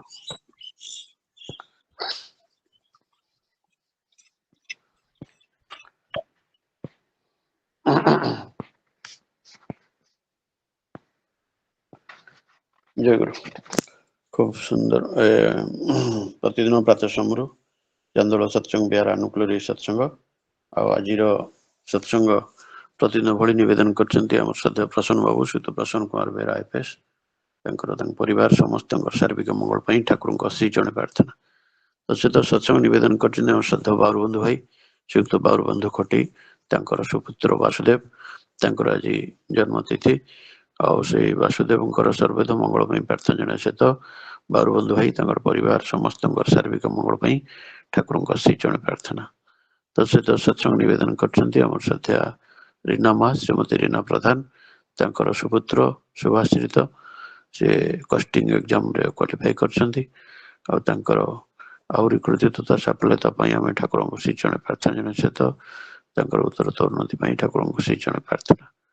तत्सहित रीना मा परिवार समस्त सार्विक मंगल ठाकुर श्री चरण प्रार्थना। प्रतिदिन भली आम सत्संग अनेक पूज्य रीतिक अदुर्जु जाज गुरु भाई माने माँ मैंने योगदान करछंती प्रतिदिन भली आम ठाकुर सप्रतीक पूज्य Sarvashri Arun Kumar Swain Ashok Kumar Mallick Vijaybhushan Mishra Bichitrananda Acharya Brajabandhu Behera doctor Nagarnath Swain doctor Sitakant Das doctor Chauth Kumar Mishra doctor Panchan Mishra doctor Pabitra Kumar Mekap Dibakar Swain engineer Kashinath Tripathy engineer Barekcharan Sahu engineer Sachidananda Maulik engineer Shashank Shekhar Behera engineer Sharad Kumar Das engineer Chauraj Prasad Jagdish Chandra Sahu Kailash Chandra Behera Mangta Sahu Nimai Charan Das Payeshwar Jena Prabhat Kumar Sahu Prashant Kumar Singh Parshuram Manik Ramesh Chandra नायक रघुनाथ बस्तिया रजनीकांत पंडा रवीन्द्रनाथ प्रधान संतोष कुमार षडंगी सुभाष चंद्र दास ताराकांत बेहरा प्रोफेसर कृष्ण लेंका प्रोफेसर हृदय त्रिपाठी एभଳି अनेक पूज्य रीति मैंने जोग देइछंती परवर्ती अवस्था जदि किए जोग देइथिबे तो मु देखि न थाई पारे आम पाखे ठाकुर कथा जे तोड़ी धरवे जानते अनेक थर ठाकुर कथा शुणी आसुच्चंती विज्ञान व्यक्तित्व जड़े सुवक्ता आमर श्रद्धेय विश्व भाई मोर बंधु मोर सहपाठी इंजीनियर विश्वमोहन सामल आज पुनर्बार आमर नदी रक्षा करी आम सहित अच्छा प्रतिदिन से आम सहित सत्संग सामिल था आज आमर नदी रक्षा करी आम सहित अच्छा ठाकुर कथा तोड़ी धरवे इंजीनियर विश्वमोहन सामल। जय गुरु। ଜୟଗୁରୁ ଜୟ ଗୁରୁ ଜୟ ଗୁରୁ। ଜୟଗୁରୁ। ସ୍ପଷ୍ଟ ଅଛି ଦାଦା? ହଁ ହଁ କ୍ଲିୟର ଅଛି। ପ୍ରଥମେ ତ ଆମେ ସରକାର କହୁଛନ୍ତି ଆମକୁ ମାନେ ସବୁ ଭାଷା ଓଡିଆରେ ପ୍ରାକ୍ଟିସ କରିବା ପାଇଁ। ମୁଁ ସେଥିପାଇଁ ପ୍ରଥମେ ସ୍ପଷ୍ଟ ଆମେ ମାନେ ଗଭର୍ଣ୍ଣମେଣ୍ଟର ବର୍ତ୍ତମାନ ତ ଇନଷ୍ଟ୍ରକ୍ସନ ନା, ତେଣୁ ଆମେ ସମସ୍ତେ ବି ଓଡିଆ ଭାଷା ପ୍ରତି ବେଶୀ ଆବେଗ କରି ମୁଁ ସେଥିପାଇଁ ସ୍ପଷ୍ଟ କହିଲି। କ୍ଲିୟର କହିବାଟା ଅପେକ୍ଷା ଆହୁରି ଆମେ ସେ ଆହୁରି ବେଟର ମୁଁ ଭାବୁଛି ସ୍ପଷ୍ଟ ଓଡିଆ ଭାଷାରେ ଆମେ ଅଭ୍ୟସ୍ତ ହେଲେ ଆମ ମାତୃଭାଷାଟା ବି ରକ୍ଷା ହବ। କାହିଁକି ନା ମୁଁ 30 ବର୍ଷ ତଳେ ବି ଆମେ ଦେଖିଥିଲୁ ଯେତେବେଳେ ଅନ୍ୟ ଷ୍ଟେଟ ଗୁଡାକୁ ଯାଉଥିଲୁ ସେଠି ବି ମାନେ ତାଙ୍କର ରିଜିଓନାଲ ଲାଙ୍ଗୁଏଜ ପ୍ରତି ସେମାନେ ଏତେ କନସିୟସ, ଯୋଉଟା କି ଆମ ଓଡିଶାରେ ପ୍ରାୟ ଦେଖିବାକୁ ମିଳେନି। ଓଡିଶାରେ ମାନେ ଆପଣଙ୍କର ଜଣେ ବାହାର ଷ୍ଟେଟ ର ଆସିକି ଯେତେ ସହଜରେ ଏଠି ଚଳିପାରିବ, କିନ୍ତୁ ଆମେ ମାନେ ବାହାର ଷ୍ଟେଟ କୁ ଯାଇକି ସେତିକି ଚଳିପାରିନି, କାହିଁକି ନା ତାଙ୍କର ଆଞ୍ଚଳିକ ଭାଷା ପ୍ରତି। ତେଣୁ ସେଇ ମାତୃଭାଷା ପ୍ରତି ମଧ୍ୟ ଆମର ମମତା ରହିବା ଦରକାର। ଯାହା ହଉ ପରମ ପ୍ରେମ ଶ୍ରୀ ଠାକୁର, ପରମ ପୂଜନୀୟ ଶ୍ରୀ ଲକ୍ଷ୍ମୀମା, ଯୋଗାଯୋଗ ଶ୍ରୀ ବରଦା, ପୂଜ୍ୟପାଦ ଆଚାର୍ଯ୍ୟଙ୍କ ଶ୍ରୀ ଚରଣ ଅରବିନ୍ଦରେ ମୋର କୋଟି କୋଟି ପ୍ରଣାମ। ଆଉ ପୂଜ୍ୟ ପରିଚାଳକ, ପୂଜ୍ୟ ରୀତିକ ଦେବତା, ଅଧୈର୍ଯ୍ୟ ଯାଜକ, ପ୍ରଭୁ ପ୍ରେମୀ ଭକ୍ତମାନେ ସମସ୍ତଙ୍କୁ ମୋର ହୃଦୟର ନିଭୃତ କୋଣରୁ ଜୟଗୁରୁ ସହିତ ସାଦର ସମ୍ବର୍ଦ୍ଧନା। ସୁଖ ସୌଭାଗ୍ୟର କଥା ନିଶ୍ଚୟ ଭାବରେ, ଆନନ୍ଦର କଥା ମୋ ପାଇଁ। କାହିଁକି ନା ପ୍ରଭୁଙ୍କର ଯେତେବେଳେ ଆହ୍ୱାନ ଆସେ, ଡାକ ଆସେ ଯେ ଈଶ୍ୱରଙ୍କର ଡାକ ଆସିଛି ତାଙ୍କ କାର୍ଯ୍ୟରେ ତୋର ସଙ୍ଗତି, ଯୋଗାଣ ଦେଇ ଧନ୍ୟ ହୁଅତୁ ହେଉ ଦଳିତ ଦୁର୍ଗତି। ତେଣୁ ଯେତେବେଳେ କିଛି ପ୍ରଭୁଙ୍କର ଲୀଳାର କଥା ମାନେ ସୁଯୋଗ ମିଳେ ପ୍ରଭୁଙ୍କର କଥା ବଖାଣିବା ପାଇଁ ପରିବେଶରେ, ଆମମାନଙ୍କର ତ ସାଧନା ହିଁ ତାହା, ଆମମାନଙ୍କର ଉଦ୍ଦେଶ୍ୟ ହିଁ ତାହା, ଆମମାନଙ୍କର ଟାର୍ଗେଟ ବି ସେୟା, ଲକ୍ଷ୍ୟ ମଧ୍ୟ ସେୟା, ପ୍ରଭୁମୁଖୀ ହବା। ଆଉ ଯଜନ ଯାଜନ ଇଷ୍ଟପତି ତ ପ୍ରଭୁଙ୍କର ଷ୍ଟାଣ୍ଡିଂ ଇନଷ୍ଟ୍ରକ୍ସନ। ତେଣୁ ସେଇ ଯାଜନର ଯୋଉଠି ସୁଯୋଗ ଆସେ, ଆମର ମୋର ସୀମିତ ମଣିଷ ତାର ସୀମିତ ଜ୍ଞାନର ପରିବେଶ ଭିତରେ ସେ ଯୋଉ ପରିବେଶରେ ଥାଏ ସେ ପରିବେଶରେ ଲକ୍ଷ୍ୟ ରହିବା ଉଚିତ। ଆମମାନଙ୍କ ମଧ୍ୟ ଲକ୍ଷ୍ୟ ରଖୁ କେମିତି ଅନ୍ୟକୁ ଇଷ୍ଟମୁଖୀ କରିବା ପାଇଁ ଏତେ ଟିକେ ମଧ୍ୟ ମୁଁ କେମିତି ଚେଷ୍ଟା କରିପାରନ୍ତି ପ୍ରଭୁଙ୍କ ପାଖରେ, ପ୍ରଭୁଙ୍କ ଉପରେ ଆଶୀର୍ବାଦ ଭିକ୍ଷା କରେ। ତେଣୁ ସେ ଆକୁଳ ପ୍ରାର୍ଥନା ଯେହେତୁ ଆମେ ମାନେ କରୁ, ତାର ଫଳସ୍ୱରୂପ ସେଇ ଯାଜନର ମାନେ ସୁଯୋଗ ମଧ୍ୟ ମିଳେ ସେ ପ୍ରଭୁଙ୍କ ଦୟାରେ। ଏଇଟା ମଧ୍ୟ ପ୍ରଭୁଙ୍କ ଦୟା ନହେଲେ ମଧ୍ୟ ଏ ସୁଯୋଗ ବି ପାଇବା ପାଇଁ ଜନ୍ମ ଜନ୍ମ ଧରିକିରି ଚେଷ୍ଟା କଲେ ମଣିଷ, ମୁଁ ଭାବୁଛି ତାଙ୍କ ଦୟା ନହେଲେ ଚେଷ୍ଟା କରି ମଧ୍ୟ ପାଇପାରିବ ନାହିଁ। ତେଣୁ ଏସବୁ ଜିନିଷ ଆପଣମାନଙ୍କୁ ମୁଁ କିଛି ନୂଆ କହିକିରି ମୁଁ ମୋର ଜ୍ଞାନ ବେଶୀ ନାହିଁ ଯେ ଆପଣମାନଙ୍କୁ ମୁଁ ବୁଝେଇ ପାରିବି, କହିପାରିବି, କଥା ଆପଣମାନେ ସମସ୍ତେ ଜାଣିଛନ୍ତି। ତେଣୁ ସେ ତାଙ୍କ ଦୟା ନହେଲେ ମାନେ ତାଙ୍କ କଥା ବି କହିବା ମୁସ୍କିଲ। ତେବେ ଏଇ ପରିପ୍ରେକ୍ଷୀରେ କଥା ତାଙ୍କର ଦୟା କରୁଣା କଥା ସେ ପୂଜ୍ୟ ସଞ୍ଜୀବ ଦାଙ୍କର ଆଜି ବୋଧେ ଆଲୋଚନା କରିବାର ଥିଲା। ମତେ କାଲି ରାତିରେ ପୂଜ୍ୟ ଦେବ ଭାଇ ଯେତେବେଳେ ଫୋନ କଲେ, ସେ ତାଙ୍କରି କଥାରୁ ମନେ ପଡି ମୋର ଗୋଟେ କଥା କହୁଛି। ପ୍ରାୟତଃ ପୂଜ୍ୟ ସଞ୍ଜୀବ ଦା ସବୁବେଳେ ପ୍ରଭୁଙ୍କର ଦୟା କରୁଣାର କଥା କହିଥାନ୍ତି ପ୍ରତି ପଦକ୍ଷେପ କଥାକରେ। ଜଷ୍ଟ ମୁଁ ବୋଧେ 20-25 ଦିନ ତଳେ ତାଙ୍କୁ ଫୋନ କରିଥିଲି, ମୋର ଗୋଟେ ନହବା କାମ ଯେତେବେଳେ ହେଇଗଲା ଅଫିସିଆଲି ବା ଅନ୍ୟ ସବୁ କ୍ଷେତ୍ରରେ ମୁଁ ଦେଖିଲି ନହବା କାମଟା ବି ହେଇଯାଉଛି। ମୁଁ କହିଲି, ମୁଁ ପୂଜ୍ୟ ସଞ୍ଜୀବ ଦାଙ୍କୁ ଫୋନ କରିଥିଲି, ଦାଦା ଆପଣ ଯୋଉ କହୁଛୁ ପ୍ରତି ପଦକ୍ଷେପରେ କହିଥାନ୍ତି ପ୍ରଭୁଙ୍କର ଦୟା କରୁଣା କଥା, ମୁଁ ତ ସେଇଟା ଆଗରୁ ବହୁତ ଆଗରୁ ବି ଶୁଣିଥିଲି, ଆଉ ଆମେମାନେ ମଧ୍ୟ ଶୁଣୁ, ଆଉ ମୁଁ ମଧ୍ୟ ମୋର ଦୁଷ୍ଟ ବୁଦ୍ଧିରେ ବି ମୁଁ ସେଇଟାକୁ ବୋଧେ ଭାବେ ଏଇଟା ଗୋଟେ ଫିଲୋସଫି। ହଁ ସମସ୍ତେ କହୁଛନ୍ତି ପ୍ରଭୁଙ୍କ ଦୟା କଥା, ସବୁବେଳେ ବି ଏଇଟା କଥା, କିନ୍ତୁ ଏଇଟା ଯେ ପ୍ରତି ପଦକ୍ଷେପରେ ପ୍ରତିଟି ହୃଦୟ ସ୍ପନ୍ଦନରେ ପ୍ରଭୁଙ୍କର ଦୟା କରୁଣା ନହେଲେ ମଣିଷ ହସି ପାରିବନି, ନା କାନ୍ଦି ପାରିବନି, ଚାଲି ପାରିବନି, ନା ହୃଦୟର ସ୍ପନ୍ଦନ ବି ତାର ଅଟକିଯିବ। ଏ କଥାଟା ଯଦି ଆମର ଗଭୀର ଭାବରେ ମୋର ବୋଧେ ବୋଧ ଭିତରେ ଆସନ୍ତା, ଜୀବନଟା ବି ସହଜ ଭାବରେ ହେଇଯାନ୍ତା। ତେଣୁ ସେ ଯାହା ବି କହିଲେ ବାସ୍ତବିକ ଭାବରେ ସେୟା, ତାଙ୍କର ଦୟା ନହେଲେ ତ ଗଛରୁ ପତ୍ର ପଡେନି, ଏଇଟା ତ ଠିକ କଥା, ଆମେ ବି ଶୁଣୁ। ତେଣୁ ସେଇ ତାଙ୍କର ଦୟା କଥା, ଦୟାର କଥା ବଳରେ ଆପଣ ଦେଖନ୍ତୁ ମୋ ମନ ଭିତରେ ଆସୁଛି ଗୋଟେ ଛୋଟ ମଞ୍ଜି ଯୋଉଟା କୁହାଯାଏ ବୀଜ, ଗୋଟେ ଆମ୍ବ ଗଛ ବା ଗୋଟେ ଚାକୁଣ୍ଡା ଗଛ, ଆପଣଙ୍କର ଗୋଟେ ଯେକୌଣସି ଗୋଟେ ଗଛ ଦେଖନ୍ତୁ, ହୁଏତ ଗୋଟେ 20 ଫୁଟ, 30 ଫୁଟ, 40 ଫୁଟ, 50 ଫୁଟରୁ ବି ଉର୍ଦ୍ଧ୍ୱ ଥାଉଛି ଗୋଟେ ଗୋଟେ ବଡ ଗଛ। ଆପଣ ବଡ ବଡ ଗଛ ଆପଣ ମାନେ ଦେଖିଥିବେ, ସେ ଗଛଟା ସେଇ ତାର ନିୟନ୍ତ୍ରଣ ହେଇଛି ସେଇ ଯୋଉ ବୀଜ ଦ୍ଵାରା। ବୀଜ ମାନେ ମଞ୍ଜି। ସେଇ ମଞ୍ଜି ଭିତରେ ଯେ ଏତେ ବଡ ସମ୍ଭାବନା ଥିଲା, ମଣିଷ ଭାବି ପାରୁଛି? ମାନେ ଭାବିବା ସହଜ ଯେ 40 ଫୁଟ 50 ଫୁଟର ଗଛଟା ସମୟକ୍ରମେ ଉପଯୁକ୍ତ ମାନେ ପୋଷଣ ପାଇ କେମିତି ଭାବରେ ଯେ ଗୋଟେ ଆଜି ଗୋଟେ ମହାଦ୍ରୁମରେ ପରିଣତ ହେଇଛି, ଯାହା ଫଳରେ କିନ୍ତୁ ତାକୁ ସେଇ ପ୍ରଥମେ ସେଇ ସ୍ତରକୁ ଆଣିବା ପାଇଁ ପ୍ରତିକୂଳ ପରିସ୍ଥିତିରେ ତାକୁ ଷ୍ଟାଣ୍ଡ କରିବା ପାଇଁ ପ୍ରଥମେ କିଛି ସାଧନା କରିବାକୁ ପଡିଛି। ସେଇଭଳି ଭାବରେ ଚିନ୍ତା କରନ୍ତୁ ସେଇ ଯୋଉ ବୀଜ ମନ୍ତ୍ର, ମୁଁ ତ ବେଶୀ ଭିତରକୁ ମୋର ଜ୍ଞାନ ନାହିଁ ଯାଇପାରିବିନି, ସିମ୍ପଲ ରଫଲି କହିଲେ ମଧ୍ୟ ପ୍ରଭୁ ଆଣିଛନ୍ତି ବୀଜ ମନ୍ତ୍ର। ବୀଜ ମନ୍ତ୍ର ମାନେ ବୀଜ ମାନେ କଣ, ମାନେ ମଞ୍ଜି ମନ୍ତ୍ର।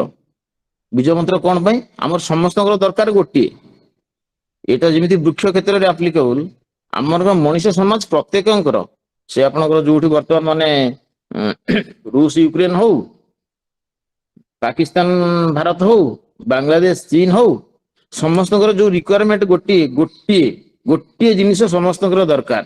ସମସ୍ତେ ଜୀବନ ଯଶ ବୃଦ୍ଧି ବଞ୍ଚିବାକୁ ଚାହାନ୍ତି। ଠାକୁର ଦେଖନ୍ତୁ ତାର ସର୍ଟକଟ ଫର୍ମୁଲା ଟାଣିଲେ ମଞ୍ଜି, ଜୀବନର ମଞ୍ଜି ମାନେ ଜୀବନ ଯଶ ବୃଦ୍ଧିର ମଞ୍ଜି, ଯାହା ଫଳରେ ମଣିଷର ସବୁ ସେଇଥିରେ ସବୁ ଆପଣ ସୁଖ ଶାନ୍ତି ଆନନ୍ଦ ଅର୍ଥମାନ ଯଶ କୁହନ୍ତୁ, ପ୍ରତିଷ୍ଠା କୁହନ୍ତୁ, ପ୍ରତିପତ୍ତି କୁହନ୍ତୁ, ସବୁ କିଛି ମାନେ ସବୁ କିଛି ଅଛି ସେଇ ମଞ୍ଜି ଭିତରେ। ସେଇ ମଞ୍ଜି ମନ୍ତ୍ର ଆମେ ମାନେ ଭୁଲି ଯାଉଛୁ, ଆରେ ନାମ କର, ମାନେ ସେଇ ମଞ୍ଜି ମନ୍ତ୍ର ଭିତରେ ଆମର ସବୁ କିଛି ଅଛି। ସେ ମଞ୍ଜି ମନ୍ତ୍ରଟାକୁ ଯୋଉ ଆଜି ଭାଇ ମାନେ ବହୁତ ସୁନ୍ଦର ଭାବରେ ମାନେ ଗୀତ ବୋଲିଲେ, ମୋର ପ୍ରଶ୍ନ ହେଲା ଯେ ଯଦି ଦୁଇଟା ପଏଣ୍ଟ ସବୁଠାରୁ ସର୍ଟେଷ୍ଟ ଡିଷ୍ଟାନ୍ସ ରୁ ଆମେ ମାନେ ଲମ୍ବ କହୁ, ଦିଟା ଡିଷ୍ଟାନ୍ସ ରୁ ଦିଟା ପଏଣ୍ଟ ର ସବୁଠାରୁ ଦିଟା ପଏଣ୍ଟ ଅଛି, ତାକୁ ଯୋଗ କରିବାର ସବୁଠାରୁ ସର୍ଟେଷ୍ଟ ଡିଷ୍ଟାନ୍ସ କୁ କୁହାଯାଏ ଲମ୍ବ। କିନ୍ତୁ ଦିଟା ପଏଣ୍ଟ ର ସବୁଠାରୁ ଗ୍ରେଟେଷ୍ଟ ଡିଷ୍ଟାନ୍ସ କୁ ଯଦି ମୁଁ କହିବି ମାନେ ଇନଫାଇନାଇଟ, ମାନେ ତୁଳନା ନାହିଁ, କେତେ ବାଟ ଦେଇକି ମଧ୍ୟ ଆମେ ଯୋଗ କରିପାରିବା ନାହିଁ। ତେଣୁ ସେଇଭଳି ଭାବରେ ମୋର ବୋଧ ହେଇଥିଲା ସେ the greatest point between the two points in this universe which can not be measured, ମୁଁ ଭାବୁଛି ବୋଧେ ମନ ମୁହଁ। ସିମ୍ପଲ ଭାବରେ ଜଗତରେ ବୋଧେ ଦିଟା ପଏଣ୍ଟ ଯୋଉଟା କି ବୋଧେ ମପା ଯାଇ ପାରିବନି, ଆଜିର ବିଜ୍ଞାନ ମଧ୍ୟ ମାପି ପାରିବନି, ଲକ୍ଷ ଲକ୍ଷ କୋଟି କୋଟି ଦୂର ଯୋଜନା ଭିତରେ ସିମ୍ପଲ ଭାବରେ ମନ ମୁହଁ। କାହିଁକି ଦେଖନ୍ତୁ, ଏଇ ଭାଇ ମୁଁ ମଧ୍ୟ ପିଲାଦିନ ଏଇ ଭଜନ କୀର୍ତ୍ତନ କରୁଥିଲି, ବା ଆଜି ଜଗତରେ ଭଜନ କୀର୍ତ୍ତନର ବି ଅଭାବ ନାହିଁ। ସବୁ ଜାଗାରେ ପ୍ରତି ପଦକ୍ଷେପରେ ସତ୍ସଙ୍ଗ ଜଗତ ହଉ, ବାହାର ଜଗତରେ ସମସ୍ତ ସବୁ ଜାଗାରେ ସତ୍ସଙ୍ଗ, ଜଗନ୍ନାଥ ଭଜନ ଠାରୁ ଆରମ୍ଭ କରି ବିଭିନ୍ନ ଭଜନ କୀର୍ତ୍ତନ ସବୁ ପ୍ରକାରର ଚାଲିଛି। ଦୁଃଖ ପରିତାପ ତଥା କ୍ଷୋଭର ବିଷୟ ମୁଁ ମୋର ହୃଦବୋଧରେ ଭାବେ, ସେଇ ଭଜନଟାକୁ ଯଦି ସେ କେବଳ ଭାବନ୍ତା, ସେଟା ଯଦି ତାର ମନର ସ୍ୱରୂପ ହୁଅନ୍ତା, ସେଇ ମୁହଁର କଥାଟା ଯଦି ସେ ଅନ୍ତରର ଗଭୀରତମ ହୃଦୟରେ କେବଳ ଭାବନ୍ତା, ମୁଁ ଭାବୁଛି ବୋଧେ ପୃଥିବୀରେ ରୋଗ ଶୋକ ଦୁଃଖ ଜ୍ୱାଳା ଯନ୍ତ୍ରଣା ଅଭାବ ଅସୁବିଧା ବୋଧେ ଏକ୍ଜିବିସନ ହିଁ ଦେଖିବାକୁ ମିଳନ୍ତା। ଆପଣ ମାନେ ମୋ କଥାର ତାତ୍ପର୍ଯ୍ୟଟା କେତେ ଗୁରୁତ୍ୱପୂର୍ଣ୍ଣ ଭାବି ଚିନ୍ତିକି ଦେଖନ୍ତୁ। ଏଇ ଉଦାହରଣ ସ୍ୱରୂପ ମା ବର୍ତ୍ତମାନ ବୋଲିଲେ, ବର୍ତ୍ତମାନ ବହୁତ ଗୋଟେ ଯୋଉ ଭଜନ କୀର୍ତ୍ତନ ଆମର ମା ମାନେ ପ୍ରଥମେ ବୋଲିଲେ, ହେ ଦୟାଲ ହେ ଦରଦି ହେ ପ୍ରିୟ ପରମ, ବିନ୍ଦୁଏ ଦେଇ ନାହିଁ ସିନ୍ଧୁଏ ଅଜ ଦେଇଛ, ସୁଖ ଶାନ୍ତି ଆନନ୍ଦର ଚରମ ଉତ୍ସ। ଉଦାହରଣ ସ୍ୱରୂପ ଏଇ ଭଜନଟି ଆମେ ମାନେ ଏଇ ଅନଲାଇନ ସତ୍ସଙ୍ଗ ହବା ଠାରୁ ଶୁଣି ଆସୁଛେ, ଆଗରୁ ମଧ୍ୟ ଶୁଣି ଆସୁଛେ। କିନ୍ତୁ ଦୁଃଖ ପରିତାପ୍ତ ଖବର ବିଷୟ, ମାନେ ମୁଁ ବି ବୋଲୁଛି ଏଇ ଯୋଉ ଭଜନକୁ ମୁଁ ଯଦି ବୋଲୁଛି, କିନ୍ତୁ ମୁଁ ଯେତେବେଳେ ବାସ୍ତବ ଦୁଃଖରେ ପଡୁଛି, ଏ ଜୀବନ ଚଲାପଥରେ କେବଳ ସତ୍ସଙ୍ଗରୁ ମାନେ ପଳେଇ ଯିବା ପରେ ତ ମନେକର 24 ଘଣ୍ଟା ଭିତରୁ ମନେକର 1.5 ଘଣ୍ଟା ବା କିଛି ସମୟ ପାଇଁ ମୁଁ ଭଜନ ବୋଲିଲି, ମନଟା ମୋର ଆନନ୍ଦିତ ହେଇଗଲା। ଜୀବନର ଅବଶିଷ୍ଟ ଅଂଶ ଯେତେବେଳେ ଅବଶିଷ୍ଟ ଦିନର ସବୁ ପ୍ରତି ସମୟରେ ପ୍ରତି ମୁହୂର୍ତ୍ତରେ ମୁଁ ଡିପ୍ରେସ ରହୁଛି, ବା ଦୁଃଖ ପରିତାପ ସବୁ, ମୁଁ ଏଇ ଭାବନାଟାକୁ ମୁଁ କଣ୍ଟିନ୍ୟୁ ରଖିପାରୁନି 24 ଘଣ୍ଟା। ସେଥିପାଇଁ ପରମ ପିତାଙ୍କର ଦେଖନ୍ତୁ କହିଲେ ଯେ ବାର ବାର କରୁ ବିନତି ରାଧାସ୍ୱାମୀ ଆଗେ, ଦୟା କରୁ ଦାତା ମେରେ ଚିତ୍ତ ଚରଣ ନ ଲାଗେ। ମାନେ ମୋ ଚିତ୍ରଟା ତମ ଶ୍ରୀ ଚରଣରେ ଲାଗି ରହୁ। ଆମ ମାନଙ୍କର ମୋର କଣ ହଉଛି, ଆମ ମାନଙ୍କର ମଣିଷର ନର୍ମାଲ କଣ ହଉଛି, କନେକ୍ଟ ହଉଛି ଡିସକନେକ୍ଟ ହେଇଯାଉଛି, କନେକ୍ଟ ହଉଛି ଡିସକନେକ୍ଟ ହେଇଯାଉଛି, କନେକ୍ଟ ହଉଛି ଡିସକନେକ୍ଟ। ତେଣୁ ଯଦି ଚିତ୍ତଟା ତାଙ୍କ ଶ୍ରୀ ଚରଣରେ ନ ଲାଗିକି ରହିବା ପରେ ମୁଁ ପରମ ଆନନ୍ଦ ଲାଭ କରିପାରିବିନି। କେମିତି ହବ? ଗୋଟେ ଆପଣ ନିଜେ ଚିନ୍ତା କରନ୍ତି, ଇଲେକ୍ଟ୍ରିକ ସହିତ ଯଦି ଗୋଟେ ବଲ୍ବଟା ଯଦି ଜଳିବ ଲିଭିଯିବ, ଜଳିବ ଲିଭିଯିବ, ନା ମୁଁ କୌଣସି ନା ପଢିପାରିବି, ନା କିଛି କାମ କରିପାରିବି, ନା କିଛି କରିପାରିବି। ତେଣୁ ମୁଁ ଯଦି ଏଇ ଯୋଉ ଭଜନ କୀର୍ତ୍ତନ ଗୁଡାକ ଯଦି ମୋର ମନ ବାସ୍ତବିକ ଭାବରେ ମୋର ହୃଦୟର ସ୍ୱରୂପ ନ ହୁଏ, ଅନ୍ତରର ସ୍ୱରୂପ ନ ହୁଏ, ଆତ୍ମାର ସ୍ୱରୂପ ନ ହୁଏ, ସତ୍ତାର ସ୍ୱରୂପ ନ ହୁଏ, ପ୍ରାଣର ସ୍ୱରୂପ ନ ହୁଏ, ମୋର ନିଜର ସ୍ୱରୂପ ନ ହୁଏ, ଯେମିତି ହାତୀର ଦିଟା ଦାନ୍ତ ଅଛି, ଗୋଟେ ଦେଖେଇବା ଦାନ୍ତ, ଗୋଟେ ଅସଲ ସ୍ୱରୂପ, ଯଦି ମୋର ଭିତରର ଭାବନା ଏଇଟା ନ ହୁଏ, ସିମ୍ପଲ ଏଇ କଥା ଗୁଡାକୁ ମୁଁ ଭାବିବି, ଯଦି এটা যদি ভাবি କୁହାଯାଏ ଭାବତେ ଭାବତେ ହୁଏ ଜ୍ଞାନ, করতে করতে ହୁଏ ଜ୍ଞାନୀ, କରି କରିକି ଜଣେ ଜ୍ଞାନୀ ହେଇଯିବ, ଆଉ ଭାବି ଭାବି ଜଣେ ଧ୍ୟାନୀ ହେଇଯିବ। ଏଇ କଥା ଗୁଡା ଯଦି ମୋର ମନ ମୁନ ଚୈତନ୍ୟରେ ଧ୍ୟାନ ଭିତରେ ଯଦି ନ ବସେ, ମୁଁ କେବେ ଆନନ୍ଦ ପାଇବେନି, କି ମୋ ଜୀବନର କୌଣସି ସମସ୍ୟା ସମାଧାନ ନାହିଁ। ଏ ମା ବୋଲି ହେ ଦୟାଲ ହେ ଦରଦି ହେ ପ୍ରିୟ ପରମ, ସୁଖ ଶାନ୍ତି ଆନନ୍ଦର ଚରମ ଉତ୍ସ। ଆଚ୍ଛା, ଯଦି ମୋର ପ୍ରଶ୍ନ ହେଲା, ଯଦି ମୁଁ ଏ ଗୀତଟା ମୁଁ ବୋଲିଲି, ମୁଁ ଜାଣୁଛି ଯେ ପ୍ରଭୁ ହଉଛନ୍ତି ମୋର ସୁଖ ଶାନ୍ତି ଆନନ୍ଦର ଚରମ ଉଚ୍ଚ, ତାହେଲେ ତ ମୁଁ ଆନନ୍ଦରେ ଡଗମ ହେଇକି ନାଚିବା କଥା, ଡେଇଁବା କଥା, ମୋର ହୃଦୟର କଥା। ମତେ ମାନେ କୌଣସି ପ୍ରତିକୂଳ ଅବସ୍ଥା ଭିତରେ ମତେ ଜଗତ କଣ ମୋର ବିରୋଧ କରିବ, କିଏ ମୋର କଣ କରିବ? ମୁଁ ଜାଣିଛି ଯେ ମାଲିକ ହଉଛନ୍ତି ମୋର ସୁଖ ଶାନ୍ତି ଆନନ୍ଦର ଚରମ ଉଚ୍ଚ। ତାହେଲେ ମୁଁ କାହିଁକି ପ୍ରତିକୂଳ ଅବସ୍ଥା କୌଣସି ନେଗେଟିଭ ଫିଲିଙ୍ଗସ୍ କୌଣସି ଦ୍ୱାରା ବଶୀଭୂତ ହେବି? କିନ୍ତୁ ସେଇ ଭାବନାଟା ମୋର ଦୃଢ ହଉନି, କେବଳ ଭଜନ ଭିତରେ ସୀମିତ ରହିଛି।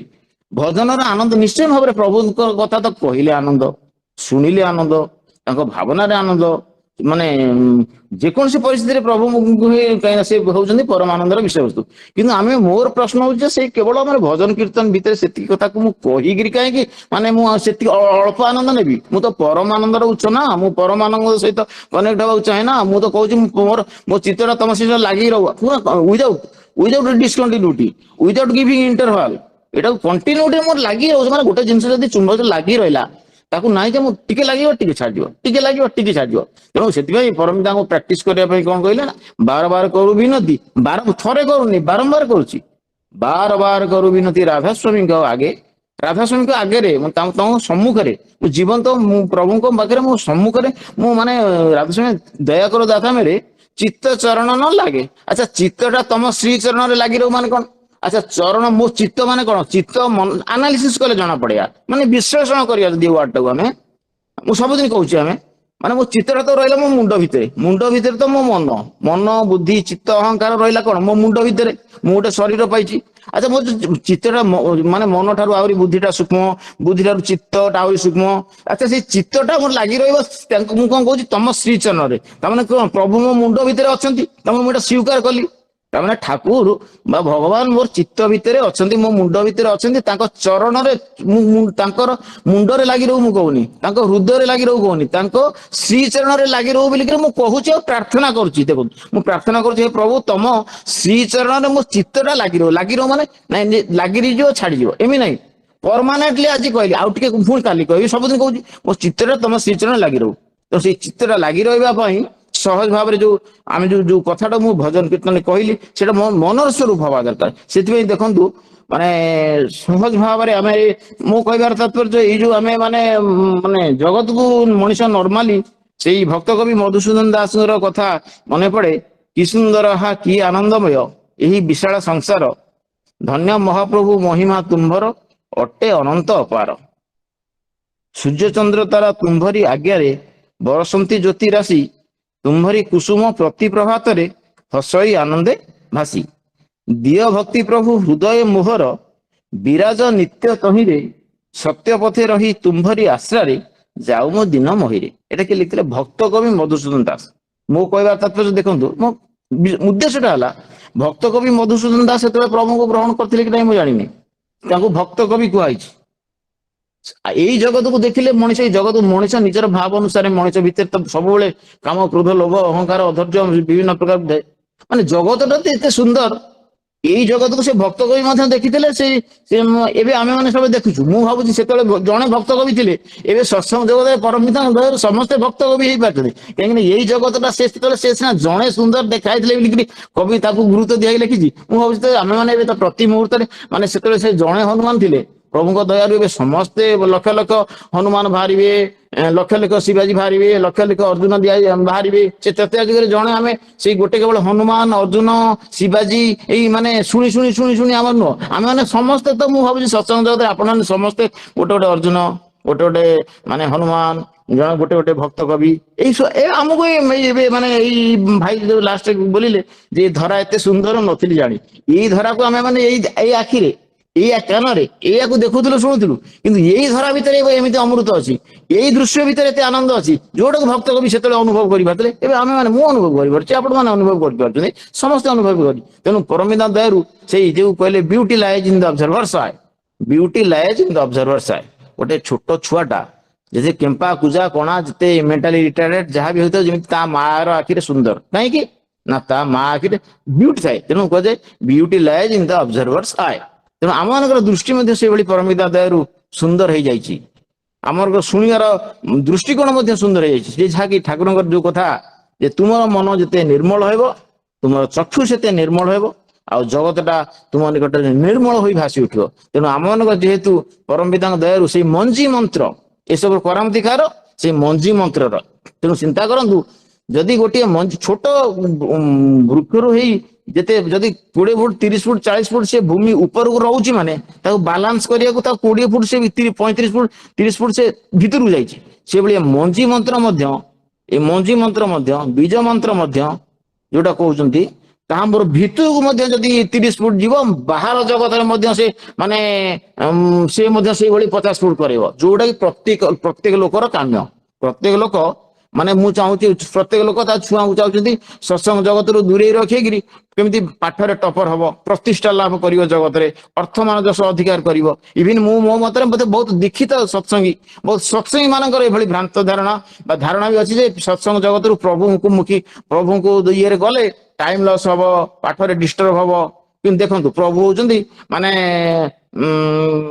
ଜ୍ଞାନଦାତା ଭଗବାନ ଠାକୁର ମୁଖୀ ହେଇକି ଆମେ ଗୁରୁ ଭକ୍ତି ବଳରେ ହିଁ ମାନେ କେମିତି ଅସମ୍ଭବ ସମ୍ଭବ ହଉଛନ୍ତି। ଆଉ ଯୋଉମାନେ ଜଗତରେ ଅତୀତରେ ପ୍ରତିଷ୍ଠିତ ହେଇଛନ୍ତି ଏବେ ମଧ୍ୟ ହଉଛନ୍ତି କେମିତି ମାନେ ଜିରୋରୁ ହିରୋ ହେଇଛନ୍ତି ସତ୍ସଙ୍ଗ ଜଗତରେ ମଧ୍ୟ। ଆପଣମାନେ ମୁଁ ନାଁ ବି କହୁନି, ଆପଣମାନେ ବି ଜାଣିଛନ୍ତି, ଶୁଣୁଛନ୍ତି, ଦେଖୁଛନ୍ତି।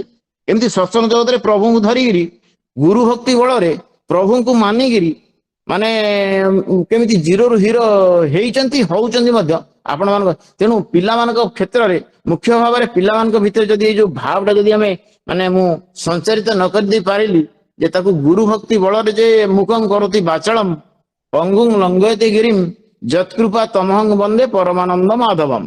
କେବଳ ଏଇଟା ଫିଲୋସଫିର କଥା ନୁହେଁ, ଶୁଣିବାର କଥା ନୁହେଁ, ଶ୍ରୀମଦ୍ ଭାଗବତ ଗୀତାର କଥା ନୁହେଁ, ବାସ୍ତବିକ ଭାବରେ ହୃଦୟର କଥା, ପ୍ରାକ୍ଟିକାଲ କଥା। ମୁଖଂ କରତି ବାଚଳମ୍ ଆମ ମାନଙ୍କ ଭିତରେ ସତ୍ସଙ୍ଗ ଜଗତରେ ଏଇ ତ ମାନେ ଯୋଉମାନେ କଥା କହିପାରୁନଥିଲେ ସତ୍ସଙ୍ଗ ଜଗତରେ ଅନଲାଇନ ବଳରେ ତ ମୁଁ ବି ବେଳେ ବେଳେ କହିପାରୁନଥିଲି। ମୁଖଂ କରତି ବାଚଳମ୍ ଅନର୍ଗଳ ପ୍ରଭୁଙ୍କ ଦ୍ୱାରକୁ କହୁଛନ୍ତି ଏ ମୁଖଂ କରତି ବାଚଳମ୍ ପୁରା ପ୍ରାକ୍ଟିକାଲି ଆପଣମାନେ ଦେଖୁଛନ୍ତି ସବୁ ହଉଛି। ମୁଖଂ କରତି ବାଚଳମ୍ ପଙ୍ଗୁଂ ଲଙ୍ଘୟତେ ଗିରିମ୍ ପଙ୍ଗୁ ମାନେ ମଧ୍ୟ ମାନେ କେମିତି ମୁଁ ବି ନିଜେ ଭାବିଲି ଯୋଉ କାମ ମୁଁ କରିବା କଥା ନୁହେଁ, ଯୋଉଟା ସଞ୍ଜୀବ ତାଙ୍କୁ ଫୋନ କଲି, ଏମିତି ସବୁ କାମ ଆମେ ମାନେ ଯୋଉ କାମଟା ଜୀବନର ମାନେ ଭାବୁଥିଲୁ କରିପାରୁନୁ ସହଜ ସବୁ ଜିନିଷ ହେଇଛି। ମୁଁ କଣ କରୁଛି ବାଚଳମ୍ ପଙ୍ଗୁଂ ଲଙ୍ଘୟତେ ଗିରିମ୍ ଯତ୍କୃପା ତମହଂ ବନ୍ଦେ। ତେଣୁ ତାଙ୍କର ଦୟା ହେଲେ କିନ୍ତୁ ତାଙ୍କର ଦୟା କରୁଣାକୁ ପ୍ରତିଟି ହୃଦୟର ସ୍ପନ୍ଦନରେ ମୋର ହୃଦୟର ସ୍ପନ୍ଦନ ଭଳି ଯଦି ମୁଁ ଅନୁଭବ କରିବା ପାଇଁ ଚେଷ୍ଟା କରେ ତାହେଲେ ମୋର ପାରବତାରୁ କିଛି ବି ବୁକେଇ ଯିବନି। ତେଣୁ ଏଇ ପିଲାମାନଙ୍କୁ ମୋ ମତରେ ଗାର୍ଡିଆନ ମାନେ ଆମେ ମାନେ ଯୋଉ ଏଇ ମଞ୍ଜି ମନ୍ତ୍ରରେ ରହିଛି ପାଠ, ଏ ମଞ୍ଜି ମନ୍ତ୍ରରେ ରହିଛି ଜ୍ଞାନ, ଏ ମଞ୍ଜି ମନ୍ତ୍ରରେ ରହିଛି କର୍ମ। ମଞ୍ଜି ମନ୍ତ୍ର ଯାହାର ଯଦି ମୁଁ ମନେକର ରାମ ଭାଇଙ୍କୁ ସ୍ମରଣ କଲି ବା ଦେବ ଭାଇଙ୍କୁ ମନେ ପକେଇଲା ମାନେ ଦେବ ଭାଇଙ୍କର କଣ କେମିତିଆ ଫିଗରଟା ମୋ ମନ ଭିତରେ ଭାସି ଆସୁଛି, ମୁଁ ଦେବ ଭାଇଙ୍କୁ ମନେକର ମୁଁ ଯାହାକୁ ବି ମନେ ପକେଇବି ତାଙ୍କର ଫିଗରଟା ମୋ ଭିତରେ ପଳେଇ ଆସୁଛି। ତେଣୁ ମଞ୍ଜି ମନ୍ତ୍ର ମନନ କଲେ ସେଇ ମଞ୍ଜି ମନ୍ତ୍ରଟା ଯାହାର ସେ ଭାବନାଟା ତାଙ୍କର ରୂପଟା ମୋ ଭିତରେ ଆସୁଛି ତ ମୋର ସବୁ କିଛି କାମ କ୍ରୋଧ ଲୋଭ ସ୍ତ୍ରୀ ପିଲା ଛୁଆ ବାପାଙ୍କୁ ଭେଦ କରିକି ତାଙ୍କର ଯଦି ଚିତ୍ରଟା ତାଙ୍କର ରୂପଟା ମଞ୍ଜି ମନ୍ତ୍ରକୁ ମୁଁ ମନନ କଲା ମାନେ ସେ ଯଦି ଆସୁନି ମୋ ମନ ଭିତରେ ସେ ମଞ୍ଜି ମନ୍ତ୍ରଟା ସାର୍ଥକ ହବ କେମିତି? ତାହେଲେ ତ ମଞ୍ଜି ମନ୍ତ୍ରଟା ସେ ଆଉ ଏଇ ମନ୍ତ୍ରର ନେଗେଟିଭ ସାଇଡ କଣ ହେଲା? ଯୋଉ ଭାବନାଟା ଯେ ସଦ୍ଗୁରୁ ନିକଟ ଗଲେ ଯଦି ସେଇ ଭାବଟା ନ ନେଇକି ଯୋଉ ଭାବରେ ମୁଁ ମଞ୍ଜି ମନ୍ତ୍ରଟା ମନନ କରୁଥିବି ସେ ଭାବଟା ହିଁ ବଢିଯିବ। ମୋ ଭିତରେ ଯୋଉ ଭାବନାଟା ହିଁ ଥିବ, କାମ ଭାବନାଟା ଥିଲେ କାମ ଭାବନା ବଢିଯିବ, କ୍ରୋଧ ଥିଲେ କ୍ରୋଧ ବଢିଯିବ, ଲୋଭ ଥିଲେ ସେଗୁଡାକୁ ବଢେଇ ତୋଳିବ। ଯଦି ମଞ୍ଜି ମନ୍ତ୍ରର ସ୍ରଷ୍ଟା ଯିଏ ତାଙ୍କ ପ୍ରତି ଯଦି ମୋର ଷ୍ଟ୍ରଙ୍ଗଲି ଆଟାଚମେଣ୍ଟ, ତାଙ୍କ ପ୍ରତି ଭକ୍ତି, ସେଥିପାଇଁ ଏଇ ଯୋଉ ଭକ୍ତ କବି ମଧୁସୂଦନ ଦାସ ଲାଷ୍ଟରେ ପ୍ରାର୍ଥନା କଲେ ଦିଅ ଭକ୍ତି ପ୍ରଭୁ ହୃଦୟ ମୋହର ବିରାଜ ନିତ୍ୟ ତହିଁରେ।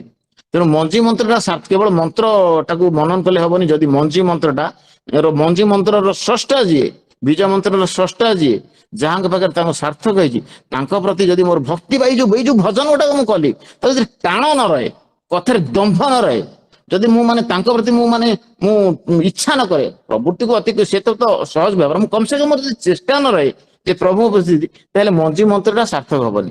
ଆଉ ଓଲଟା ବରଂ ପ୍ରଥମେ ତ ମୁଁ ଭାବୁଛି ଯେମିତି ଆମର ଆଚାର୍ଯ୍ୟଦେବଙ୍କର କଥା ଯେ ଗୋଟେ ବାଡିରେ ମାନେ ଯଦି ପାଣି ଦିଆଯାଏ ସେ ଯୋଉ ବନ ଭିତରେ ଥିବ କଣ ଅନାବନା ଗଛ ଅଛି, ଫସଲ ଗଛ ଅଛି। ତେଣୁ ମଣିଷର ମୋ ଭିତରେ ଜନ୍ମଗତ ଭାବରେ ମୁଁ କେତେ ପଜିଟିଭ କମ୍ପ୍ଲେକ୍ସ ବି ଆଣି ଆସିଛି, ନେଗେଟିଭ କମ୍ପ୍ଲେକ୍ସ ବି ଆସିଛି।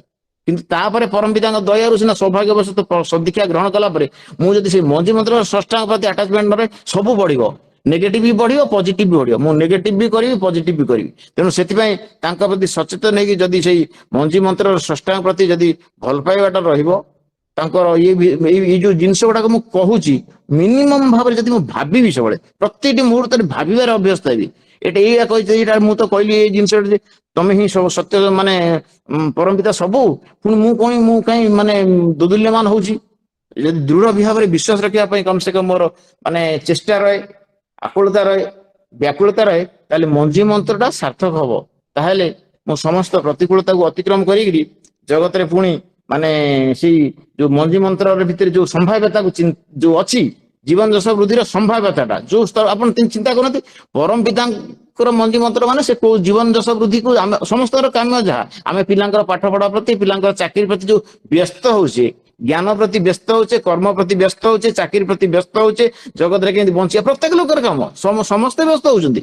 ତେଣୁ ଆମେ ସେଥିପ୍ରତି ବ୍ୟସ୍ତ ହେଲେ ହବନି, ଆମେ ବ୍ୟସ୍ତ ହବା ଦରକାର ମଞ୍ଜି ମନ୍ତ୍ରର ସ୍ରଷ୍ଟାଙ୍କର ସୃଷ୍ଟି ପ୍ରତି। ତେଣୁ ସେଇ ମଞ୍ଜି ମନ୍ତ୍ରଟା କେମିତି ସାର୍ଥକ ହବ ତାଙ୍କ ପ୍ରତିଷ୍ଠା ନିମନ୍ତେ, ସେଥିପ୍ରତି ଯଦି ଆମର ଭାବନା ରହେ, ସେଇ ବର୍ତ୍ତମାନ ସେଇ ପରିପ୍ରେକ୍ଷୀରେ ମୁଁ କେତେଟା ମୋର ଯେମିତି କହିଲେ ଇଏ ଭକ୍ତ ହୁଏ, ସେମିତି ଆପଣ ଶ୍ରୀଚରଣ ମହାନ୍ତି ଯୋଉ ନର୍ମାଲି ବୋଲା ହଉଛି ଗୋଟେ ଗୀତ ଶୁଣିଥିବେ, ଧିକ ଜୀବନ ତ ସେହି ଯିଏ ପ୍ରଭୁ ନାମ ନେଇ ନାହିଁ ଧରେ ନାହିଁ, ସେ ଜୀବନେ କିଛି ମାନେ ନାହିଁ, ସେ ଜୀବନ କିଛି ମୁଖ୍ୟ ନାହିଁ। ଏ ଆପଣ ନର୍ମାଲି ଜଗନ୍ନାଥ ଭଜା, ଧିକ ଜୀବନ ତ ସେହି ଯିଏ ପ୍ରଭୁ ନାମ ଧରେ ନାହିଁ, ସେ ଜୀବନେ କିଛି ମାନେ ନାହିଁ, ସେ ଜୀବନେ କିଛି ମୁଖ୍ୟ ନାହିଁ। ମୁଁ କ୍ଷମା କରି ମୋର ତ ସେତେ ସଙ୍ଗୀତର ଇଏ ମାନେ ତାଳ ମାନ ଦେଇ ବୋଲି ପାରେ ନା, ବିବରଣ ଯିଏ ମୁଁ ସେଥିପାଇଁ ବୋଲେନ୍ତି ଯିଏ ମତେ ମୋ ଇର୍ଷା ଲାଗେ, ମୁଁ କରିପାରେ ନା ବୋଲି।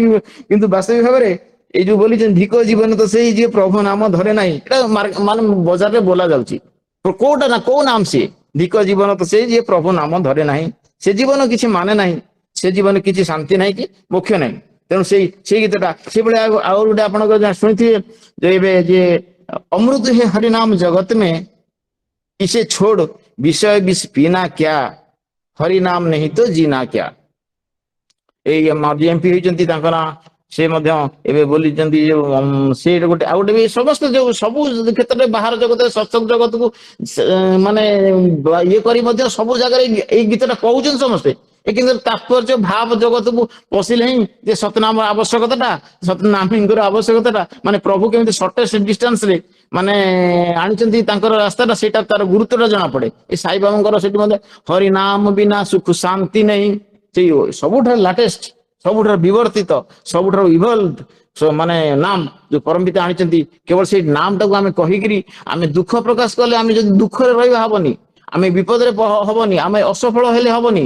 ଆମେ ଯଦି ସେଇ ସମ୍ଭାବ୍ୟତାର ନାମର ସମ୍ଭାବ୍ୟତାକୁ ଯୋଉ ଲେବୁଲକୁ ଆମ ଜୀବନକୁ ନବା କଥା ଚିନ୍ତା କରି ଯଦି ଆମେ ନ ନେଇ ପାରିଲେ, ତାହେଲେ ଆମର ସଦୀକ୍ଷାଟା ଯେ କେତେ ପରିମାଣରେ ଜଷ୍ଟିଫାଏଡ ହେଲା, ନା ଆମକୁ ଦେଖିକିରି ମାନେ ପ୍ରଭୁଙ୍କୁ ବି କୋଉ ତୃପ୍ତ ହେବେ, ନା ସୁଖ ଶାନ୍ତି ପ୍ରଭୁଙ୍କର ଇଚ୍ଛା ପୂର୍ଣ୍ଣ ହବ, ନା ଆମେ ମଧ୍ୟ ଆନନ୍ଦ ପାଇବା, ନା ଆମ ପିଲା ଛୁଆଙ୍କ ଆମେ ଯଦି ପ୍ରଭୁଙ୍କୁ କଥା ହେବି ଆମ ଘରେ ବି ପିଲା ଛୁଆଙ୍କ ଭିତରେ କହିଲେ ଆମେ ଯଦି ଠିକ ଭାବରେ ସଫଳ ବି ହେଇପାରିବାନି, ମତେ ବି ମୋ ସ୍ତ୍ରୀ ବି କେତେ ମାନିବ, ନା ମୋ ପିଲା ଛୁଆ ବି କେତେ ମାନିବ। ତେଣୁ ପ୍ରଥମେ ମୁଁ ସେଇ ଭାବଟା ପିଲାମାନଙ୍କ ଭିତରେ ସଞ୍ଚାରିତ କରିବାର ଲକ୍ଷ୍ୟ ରଖି, ଆଉ ସବୁଠାରୁ ଗୁରୁତ୍ୱପୂର୍ଣ୍ଣ ଭାବରେ ବେଶୀ ଭାବରେ ଗୁରୁତ୍ୱ ଦେବା ଦରକାର ପ୍ରଭୁଙ୍କୁ।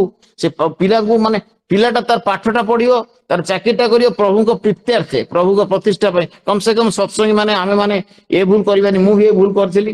ତେଣୁ ଏ ଭୁଲରୁ ନିବୃତ୍ତ ରହି କମ ସେ କମ ଏଇ ପ୍ରଭୁଙ୍କୁ ମୁଖ୍ୟ କରିକି ଯଦି ଆମର ପାଠ ଚାକିରି ଘର ସଂସାର ସବୁ ପ୍ରଭୁଙ୍କ ପାଇଁ ହୁଏ, ଆଉ ତାହେଲେ ସେଇ ପ୍ରତିଷ୍ଠାର ଭାବଟା ଯଦି ଆମ ଭିତରେ ରହେ, ତାହେଲେ ଆମେ ଉଦ୍ଧାର ପାଇବା ସହିତ ଏଇ ଯୋଉ ଏଇଟା ଆଉ ବି କୁହାଯାଇ ପାରିବ ସତନାମକୁ ମାନେ ଉଦ୍ଧାରକାରୀ ମନ୍ତ୍ର। ପ୍ରତିଟି ଅବସ୍ଥାରେ ଦେଖନ୍ତୁ, ପ୍ରତିଟି ଜୀବନର ପ୍ରତିଟି ଏଇଠୁ ବାହାରିଲା ପ୍ରତିଟି ହୃଦୟର ସ୍ପନ୍ଦନରେ ୟାକୁ ଆମେ ଯଦି ଅଖଣ୍ଡ ଭାବରେ ବିଶ୍ୱାସ କରି ଇଏ କରିବା ବେଳେ ମେଜିକ ଭଳିଆ ଜୀବନ ହଉଛି। ପ୍ରତିଟି ମୁହୂର୍ତ୍ତରେ ଯାହା ଯୋଉଟା ଅଘଟଣ ଘଟିବାର ଥିଲା, ଯାହା କିଛି ହଉଛି ସବୁ କିଛି ଓଲଟ ପଲଟ ପାଳେ ଆପଣ ମାନଙ୍କର ମଧ୍ୟ ପ୍ରତି ମୁହୂର୍ତ୍ତରେ ଥିବ। ସେଥିପାଇଁ କହିଲେ ରାଧାସ୍ୱାମୀ ନାମ ଯେ ଗାଏ, ପ୍ରତି ମୁହୂର୍ତ୍ତରେ ଆମେ ରିପିଟ କରୁଛେ, ଯେତେ ବି ରିପିଟ କଲେ ଲେବୁଲକୁ ଆମେ ପହଞ୍ଚି ପାରିବା। ରାଧାସ୍ୱାମୀ ନାମ ଯେ ଗାଏ ସେ ତରିଯାଏ, କାଳର କ୍ଲେଶ ସବୁ ନାଶ ହୁଏ। ସୁଖ ପାଇଁ ବିଶ୍ୱାସ ଆମର ତ ଅଲ୍ଟିମେଟଲି ଆମର ପ୍ରତି ମୁହୂର୍ତ୍ତରେ ଆମେ କ୍ଲେଶ ପାଉଛେ ନା, ସମସ୍ତେ ବ୍ୟକ୍ତିଗତ ସବୁ ପ୍ରକାରର ବ୍ୟକ୍ତି ଦାମ୍ପତ୍ୟ ଗୃହ ସମାଜର କ୍ଲେଶ ହିଁ ଆମର ଦୂର ହେଇଯିବା ଦରକାର। ଦୂର ହେଇଗଲେ ଆମେ ସୁଖ ଶାନ୍ତି ଆନନ୍ଦରେ ରହିବା, ଯୋଉଟା କି ନାମ ଦେବା ସମ୍ଭବ। ତେଣୁ ସେଥିପାଇଁ ଆମେ ମାନେ ଏଇ ନାମକୁ ପ୍ରତି ମୁହୂର୍ତ୍ତେ ନାମ ନୁହଁ, ନାମୀଙ୍କ ସହିତ ନାମକୁ ମନନ କରି ଆନନ୍ଦ ପାଇବା ସହିତ ତାଙ୍କର ଗୁଣଗାନ କରି ସମସ୍ତଙ୍କର ପାଖରେ ନାମଟାକୁ ପହଞ୍ଚିବାର ଉଦ୍ଦେଶ୍ୟ ରଖିକିରି ସେଇ ତରାଟ ଫୁଲ ଯେମିତି ଗୋଟେ ଆପଣ ଦେଖନ୍ତୁ, ତରାଟ ଫୁଲ ବଟ ଭିତରୁ ଗୋଟେ ଆସେ, ମାନେ ତରାଟ ଫୁଲ ଆଉ ଘାସ ଫୁଲ। ଆମର ଗୋଟେ +2 ରେ ପଢା ହଉଥିଲା ଘାସ ଫୁଲ, ମାନେ ଘାସ ଫୁଲ ଆମର ସାଧାରଣତଃ ବହୁତ ବଟନିକାଲି ନେମ୍ ଥାଇକି ବଡ ବଡ ଫୁଲ ଗୁଡାକ ସବୁ ମାନେ ଆପଣଙ୍କର ଫୁଲ ପ୍ଲାଣ୍ଟିଂ କରନ୍ତି ଇଏ କରିବାକୁ। କିନ୍ତୁ ଘାସ ଫୁଲ ଆପଣ କେବେ ଦେଖନ୍ତୁ ଶାନ୍ତ ମନରେ ଥଣ୍ଡା ମନରେ ଏବେ ମନଟା ସେଇ ସ୍ତରକୁ ଗଲା ବେଳକୁ ଏ କଥା ଗୁଡା ସବୁ ମାନେ ଗ୍ରହଣକ୍ଷମ ହେଇପାରୁଛି। ନର୍ମାଲି ଆପଣ ଯେକୌଣସି ନର୍ମାଲି ଆଭେଲେବୁଲ ଘାସ ଫୁଲକୁ ମାର୍କ କରି ଦେଖନ୍ତୁ କେତେ ଆନନ୍ଦ ଲାଗିବ, କେତେ ପ୍ରକୃତିର ସୃଷ୍ଟି, ଭଗବାନର ସୃଷ୍ଟି ଘାସ ଫୁଲ। ଆମ ସେଥିପାଇଁ ମୁଁ ଧନ୍ୟବାଦ ଦଉଛି ସେ କବିକୁ, ସେତେବେଳେ ଠାରୁ ସେ ପଢାଇଥିଲା ଆମେ ଏବେ ଅନୁଭବ କରୁଛୁ ଘାସ ଫୁଲ। ସେଇଭଳି ଭାବରେ ଆଉ ଗୋଟେ ଫୁଲ ଆପଣ ତରାଟ ଫୁଲ, ଆପଣଙ୍କର ଫୁଲ ଠାକୁରଙ୍କୁ ଦବା ପାଇଁ ବା ବିଭିନ୍ନ ପ୍ରକାର ସବୁ ଚେଷ୍ଟା କରୁଛନ୍ତି ନର୍ସରୀରୁ ଆଣିବି, କିନ୍ତୁ ଇଜିଲି ଆଭେଲେବୁଲ ଗୋଟେ ତରାଟ ଫୁଲ ଆପଣ ଦେଖନ୍ତୁ ଯୋଉଠି ନାହିଁ ସେଠି ତରାଟ ଫୁଲ ଇଜିଲି ଆଭେଲେବୁଲ ହେଇଯାଉଛି। ଯୋଉଠି ଆପଣ ବସରେ ଯିବେ ଦେଖିଲା ବେଳକୁ ରାସ୍ତା କଡ ହେଇଥିବ, ଏଠି ହେଇଥିବ, ସେଠି ହେଇଥିବ, ତାର ପୁଣି ବେଶୀ ମେଣ୍ଟେନାନ୍ସ ଦରକାର ନାହିଁ। ଯେମିତି ମୁଁ ଭାବେ ବୋଧେ ପରମପିତା ଦୟା କରିକି ସେଇ ତରାଟ ଫୁଲଟାକୁ ତିଆରି କରିଛନ୍ତି, ସେଇଭଳି ଭାବରେ ମୁଁ ମଧ୍ୟ ପରମପିତାଙ୍କ ଉପରେ ପ୍ରାର୍ଥନା କରିବି ମୁଁ ନିଜ ପାଇଁ ତଥା ସମସ୍ତଙ୍କ ପାଇଁ ଯେ ମୁଁ ସେଇ ତରାଟ ଫୁଲ ଭଳି ଇଜିଲି ଆଭେଲେବୁଲ ହେବି ପ୍ରଭୁଙ୍କ ପ୍ରତିଷ୍ଠା ପାଇଁ, ପ୍ରଭୁଙ୍କ ସ୍ୱାର୍ଥ ରକ୍ଷା ପାଇଁ, ପ୍ରଭୁଙ୍କ ଶିକ୍ଷଣ ସେବା ପାଇଁ, ସମସ୍ତଙ୍କ ପାଇଁ, ସମସ୍ତଙ୍କ ଡୋର ପାଖରେ ମୁଁ ଇଜିଲି ଆଭେଲେବୁଲ ହେବି। ସମସ୍ତଙ୍କ ଦ୍ୱାର ମୋ ପାଇଁ ଉନ୍ମୁକ୍ତ ରହିବା ସହିତ ମୋର ହୃଦୟର ଦ୍ୱାର ମଧ୍ୟ ସମସ୍ତଙ୍କ ପାଇଁ ଉନ୍ମୁକ୍ତ ରହିବ। ଯେମିତି ମୁଁ ସମସ୍ତଙ୍କ ପାଇଁ ଆପଣାର ହବା ସହିତ ମୁଁ ହବା ସହିତ ସମସ୍ତଙ୍କ ମଧ୍ୟ ସମସ୍ତଙ୍କର ମୁଁ ଯେମିତି ଆପଣାର ହେଇପାରିବି, ସମସ୍ତଙ୍କ ହୃଦୟ ଭିତରେ ମୁଁ ରହିବା ସହିତ ମୋ ହୃଦୟରେ ମୁଁ ସମସ୍ତଙ୍କୁ ରଖିପାରିବି, ତାହେଲେ ପରମପିତା ହିଁ ପ୍ରୀତ ହେବି। That is the deep work, that is ସେଇ ମାନେ ନଗଣ୍ୟ ସମସ୍ତଙ୍କ ପାଖକୁ ଯାଇକିରି ଆମେ ଯେମିତି ଆମେ ତୃଣା ଦେବି ସୁନିଚନ ତରୋଡ଼ିବ ସହିଷ୍ଣୁନା ଅମାନି ନା ମାନଦେନ କୀର୍ତ୍ତନ ସଦାହରି କରି ଅହଙ୍କାରରୁ ଦୂରେଇ ରହି ପ୍ରଭୁଙ୍କର ଦୟାକୁ ସନ୍ତୁଷ୍ଟ ହେଇପାରିବା। ନିଜେ ଅହଙ୍କାର ଟାକୁ ପତଳା କରି ତାଙ୍କ ପାଖକୁ ଗଲେ ମୁଁ ତାଙ୍କ ଦୟା ସନ୍ତୁଷ୍ଟ ହେଇପାରିବା। ଆମକୁ ସାଟିସ୍ଫାକ୍ସନ, ଜୀବନର ଯୋଉଟା ଉଦ୍ଦେଶ୍ୟ ସାଟିସ୍ଫାକ୍ସନ ପାଇବା, ସାଟିସ୍ଫାଏଡ ରେଜଲ୍ଟ କରିବା, ତାଙ୍କୁ ତ ସାଟିସ୍ଫାକ୍ସନ ଦେଲେ ତ ଆମେ ସାଟିସ୍ଫାଏଡ ରେଜଲ୍ଟ ପାଇବା। ସାଟିସ୍ଫାଏଡ ରେଜଲ୍ଟ ମାନେ ଆପଣମାନେ ସବୁ ବୁଝୁଛନ୍ତି ମୁଁ ଭଲରେ ବଞ୍ଚିବି, ମୋ ସ୍ତ୍ରୀ ଘର ସବୁ, ତେଣୁ ଆମେ ମୁଁ ସାଟିସ୍ଫାଏଡ ରେଜଲ୍ଟ ପାଇବି, ସମସ୍ତେ ମୋ ଘର ପରିବାର ସମସ୍ତେ ସାଟିସ୍ଫାଏଡ ରେଜଲ୍ଟ ପାଇବାକୁ ଗଲେ ତାଙ୍କୁ ସାଟିସ୍ଫାକ୍ସନ ଦେବାକୁ ପଡିବ। ଆଉ ତାଙ୍କୁ ତୃପ୍ତ କରିବା ପରିବର୍ତ୍ତେ ମୁଁ ଯଦି ଜଗତକୁ ତୃପ୍ତ କରିବାକୁ ଚାହିଁବି, ମୋର ସମସ୍ତେ ଅଫିସରେ ମୋର ବସକୁ ଆରମ୍ଭ କରି 100 ଜଣ 10 ଜଣ ଅଛି ତାଙ୍କୁ ତୃପ୍ତ କରିବାକୁ ଚାହିଁବି, ଯୁଆଡେ ଯିବି ଜଗତର ଯାହା ପାଖରେ କାମ ଅଛି ତାକୁ ତୃପ୍ତ କରିବାକୁ ଚାହିଁବି, ତାହେଲେ ଜୀବନଟା ଉଲ୍ଟା ହେଇଯିବ। କେହି ତୃପ୍ତ ହେବେନି, ନା ମୋ ସ୍ତ୍ରୀ ପିଲା ଘରଠୁ ଆରମ୍ଭ କରି କୌଣସି ଦିଗରେ କେହି ତୃପ୍ତ ହେବେନି ସବୁ। ତେଣୁ ସେଥିପାଇଁ ତସ୍ମିନ୍ ତୁଷ୍ଟ ଜଗତ ତୁଷ୍ଟ। ସେଥିପାଇଁ ସେଇ ମଞ୍ଜି ମନ୍ତ୍ରର ସ୍ରଷ୍ଟାଙ୍କ ସ୍ୱାର୍ଥ ପାଇଁ ବ୍ୟବହାର କରିବି, ତାଙ୍କ ପ୍ରତିଷ୍ଠା ପାଇଁ ବ୍ୟବହାର କରିବି, ତାହେଲେ ମୁଁ ପ୍ରତିଷ୍ଠିତ ହେଇପାରିବି, ମୋର ସ୍ୱାର୍ଥ ରକ୍ଷା ହେଇପାରିବ, ମୁଁ ବଡ ହେଇପାରିବି। ଏହା କହି ସମସ୍ତଙ୍କର ମଙ୍ଗଳ କାମନା କରିକିରି ପରମପିତାଙ୍କ ପାଖରେ ରହୁଛି। ଜୟଗୁରୁ। ଯଦି କିଛି ଭୁଲ ଥାଏ କ୍ଷମା କରିବି। ଜୟଗୁରୁ। ଜୟଗୁରୁ। ଖୁବ ସୁନ୍ଦର ଭାବରେ ଆମର ସନ୍ଧ୍ୟା ବିଶ୍ୱ ଭାଇ, ଇଞ୍ଜିନିୟର ବିଶ୍ୱମ ସାମଲ ବିଭିନ୍ନ ଦିଗ ଦେଇକି ଠାକୁରଙ୍କ କଥା ସବୁ ତୋଳି ଧରିଲେ। ଆମେ ସ୍ପଷ୍ଟ ନିର୍ଭୁଲ ଓଡ଼ିଆ କହିବା କଥାଟାକୁ ଗୁରୁତ୍ୱ ଦେଇକିରି ସିଏ କିନ୍ତୁ ତାରି ଭିତରେ ଇଂଲିଶ ବି ପୁରେଇ ଦେଇଛନ୍ତି। କିନ୍ତୁ ମତେ କହିଲେ ମୁଁ ବି ଇଂଲିଶଟା କ୍ଲିୟର ସ୍ପଷ୍ଟ ନ କ୍ଲିୟର କହିଲି, କିନ୍ତୁ ସିଏ ତାଙ୍କର ଆଲୋଚନା ଭିତରେ ବି କେତେ ଇଂଲିଶ ବି ତା ଦେହରେ। ସଚେତନ ଦାଦା କମ ସେ କମ ଆମେ ଓଡିଆ ହବା କଥା, ସେଥିପାଇଁ କହିଲି ସଚେତନ। ହଁ ତମେ କହିଲ ଠିକ ଅଛି। ଖୁବ ସୁନ୍ଦର ଭାବରେ ଆଉ କଥା ସବୁ ତୋଳି ଧରିଲେ। ଠାକୁରଙ୍କର ଦୟା କରୁଣାର କଥା, ବୀଜ ମନ୍ତ୍ରର କଥାର ଗୁରୁତ୍ୱ, ମନୋମୋହ ଏକ ହେବାର କଥା, ଭାବତେ ଭାବତେ ଆସେ ଧ୍ୟାନ, করতে করতে ଆସେ ଜ୍ଞାନ, ଏସବୁ କଥା ନେଇକି ସୁନ୍ଦର ଭାବରେ ତୋଳି ଧରିଲେ। ଆଉ ବାର ବାର କରୁ ବିନତି ରାଧା ସ୍ୱାମୀ ଆଗେ କର ଦାତା ମେରେ ଚିତ ଚରଣ ଲାଗେ। ଏ କଥାକୁ ନେଇକି ପ୍ରାର୍ଥନାର ପ୍ରଥମ ପଂକ୍ତିକୁ ନେଇକି ଖୁବ ସୁନ୍ଦର ଆଲୋଚନା କଲେ। ତାରି ଭିତରେ ପାଠ ପିଲାବେଳେ ପଢିଥିଲା ବେଳେ ସେ କବିତା ବା ଗୀତକୁ ଆମେ କେତେ କିଏ ବୁଝିଥିଲେ, କିନ୍ତୁ ବା ପରେ ବି ବୁଝିଥିଲେ କି ନାହିଁ, ଆଜି କିନ୍ତୁ ଠାକୁରଙ୍କୁ ଧରିବା ପରେ ସେ କଥାଟା ଆମେ ବୁଝିପାରୁଛେ। ଚେତନା ସୃଷ୍ଟି କରିଛନ୍ତି ସେ କଥାଟା ତୋଳି ଧରିକି ଆମର ବିଶ୍ୱ ଭାଇ, ଏ ଭକ୍ତ କବି ମଧୁସୂଦନ ରାଉଙ୍କର ଯୋଉ ଗୀତ, ସୁନ୍ଦର ଆଖି ଆନନ୍ଦମୟ ଏଇ ବିଶାଳ ସଂସାର, ଧନ୍ୟ ମହାପ୍ରଭୁ ମହିମା ତୁମର, ଏଇ କଥାକୁ ନେଇକିରି ଯୋଉ ତୋଳି ଧରିଲେ, ଯାଉ ଅନେକ ଭାବରେ ଏସବୁ କଥା ତୋଳି ଧରିଲେ। ଆମମାନେ ଆମର ସଦ୍ୟ ବିଶ୍ୱ ଭାଇଙ୍କର ସୁସ୍ଥ ସୁଦୀର୍ଘ ନିରାମ ଜୀବନ ପାଇଁ, ତାଙ୍କ ପରିବାର ସମସ୍ତଙ୍କର ଶାରୀରିକ ମଙ୍ଗଳ ପାଇଁ ଠାକୁରଙ୍କ ସେଇ ଜଣେ ପ୍ରାର୍ଥନା ଜଣେଇବା। ଏମିତି ପ୍ରଭୁଙ୍କ କଥା ଆମମାନଙ୍କୁ ପ୍ରେରଣା ପୃଷ୍ଟ କରିଥାନ୍ତୁ। ଏଠାରେ ଅବ୍ୟାହତ ଥାଉ। ଜୟଗୁରୁ ଭାଇ, ଜୟଗୁରୁ। ଜୟଗୁରୁ। ଜଗଦୀଶ ଭାଇ କହୁଥିଲି। ଜୟଗୁରୁ। ହଁ ଜଗଦୀଶ ଭାଇ କୁହନ୍ତୁ। ଆଜି ସତ୍ସଙ୍ଗ ଭିତରେ ବି ଆପଣଙ୍କ ବନ୍ଧୁ ମିଳନ ବି ହେଇଗଲା।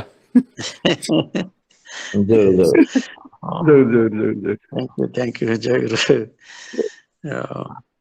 ଆଉ ଆସନ୍ତା କାଲିର ସତ୍ସଙ୍ଗ ପ୍ରତିଦିନ ଭଳି निवेदन करते आम श्रद्धा प्रसन्न बाबू श्रीयुत प्रसन्न कुमार बेहेरा IPS କାଲି ମାଙ୍କର ଶ୍ରାଦ୍ଧ ଅଛି ଦାଦା।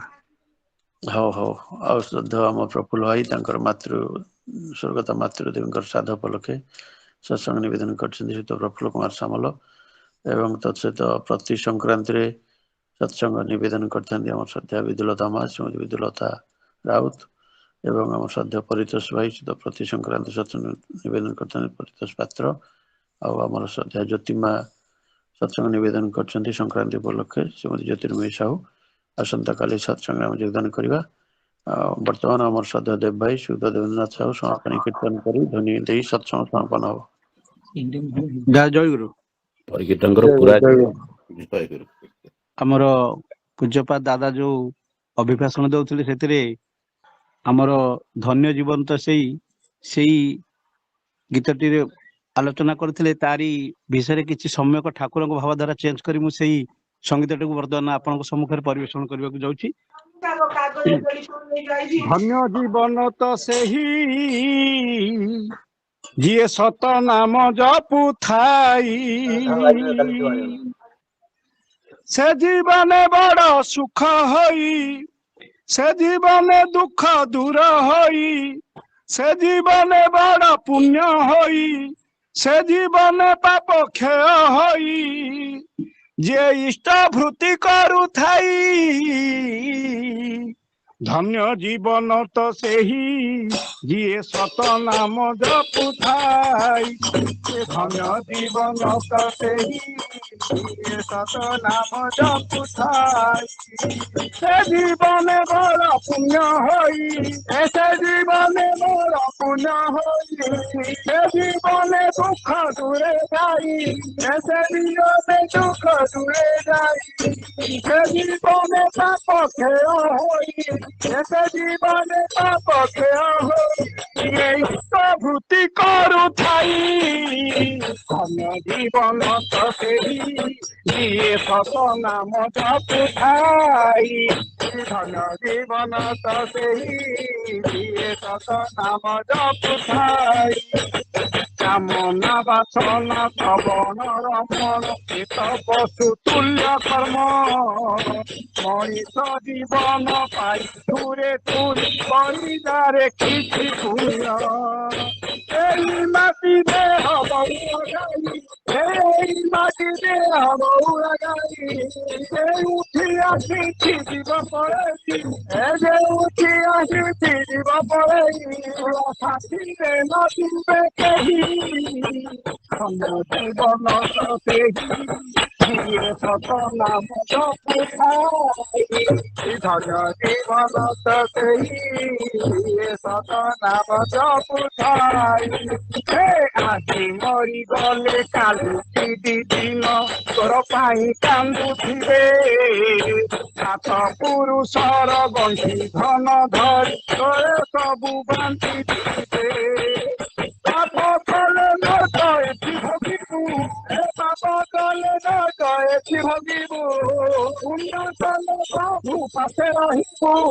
ପୂଜା କଲେ ପ୍ରଭୁ ପାଖେ ରହିବୁ ଅନୁମତି କିଛି ନାହିଁ ଧନ୍ୟ ଜୀବନ ସେହି ଯିଏ ସତ ନାମ ଜପୁଥାଇ ଧନ୍ୟ ଜୀବନ ସେହି ଯିଏ ସତ ନାମ ଜପୁଥାଇ ଦିନ ଚାଲି ଯିବ ଯଶ ରହିଯିବ କାଳ କାଳ ବଞ୍ଚିଥିବୁ ଜନ୍ମ ମୃତ୍ୟୁ ଚକ୍ରେ ନ ପଢିବୁ ଆଉ ପ୍ରଭୁ ଗୁଣ ଗାଉଥିବୁ ସତ ନାମ ଭକ୍ତି ସାର କରିଥ ସତ ନାମ ଭକ୍ତି ସାର କରିଥ ସତ ନାମ କହୁରେ ଭାଇଥା ସତ ନାମ କହୁରେ ଭାଇଥା କାଳ ଜୀବ ବସ ହୋଇ ଧନ୍ୟ ଜୀବନ ତ ସେହି ଯିଏ ସତ ନାମ ଜପୁଥାଇ ଧନ୍ୟ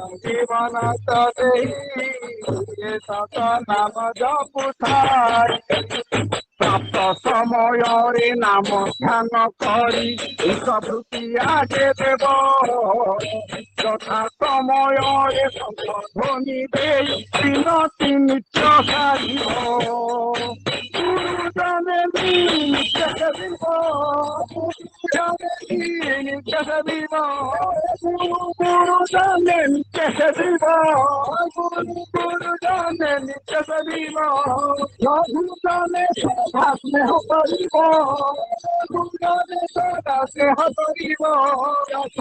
সঙ্গে জীবন দিবে সত নাম জপুথাই জীবন দিয়ে সত নাম জপুথাই সে জীবনে বড় পুণ্য হই সে জীবনে বড় পুণ্য সে জীবনে পাপ দূর হই সে জীবনে পাপ দূর হই সে জীবনে বড় পুণ্য হই সে জীবনে বড় পুণ্য হই এই স্বীকৃতি করুথাই জীবন সত নাম জপুথাই জীবন সত নাম জপুথাই। জয় গুরু। বন্দে পুরুষোত্তমম বন্দে বন্দে পুরুষোত্তম বন্দে বন্দে ঠাকুর চন্দ্র জি জয় পরম ঠাকুর চন্দ্র জি জয় ঠাকুর চন্দ্র জি জয় শ্রী শ্রী বড় মা জয় শ্রী শ্রী বড় মা জয় শ্রী শ্রী বড় মা জয় পরম শ্রী বড়দাস জয় পরম শ্রী বড়দাস জয় পরম শ্রী বড়দাস জয় পরম শ্রী আচার্যদেব জয় পরম শ্রী আচার্যদেব জয় পরম শ্রী আচার্যদেব জয় সৎসঙ্গ জয় সৎসঙ্গ জয় সৎসঙ্গ জয় বন্দে বন্দে বন্দে বন্দে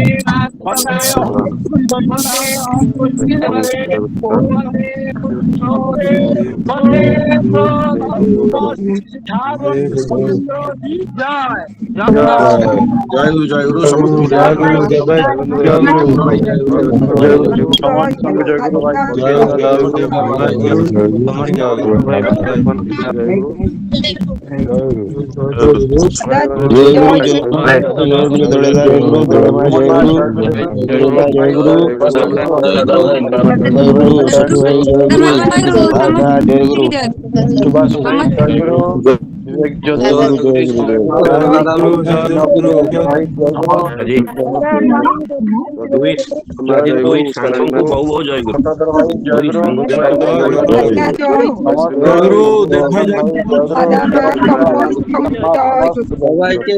ইংরামা জয় গুরু জয় গুরু সমতমা জয় গুরু জুনুমা জয় গুরু জয় গুরু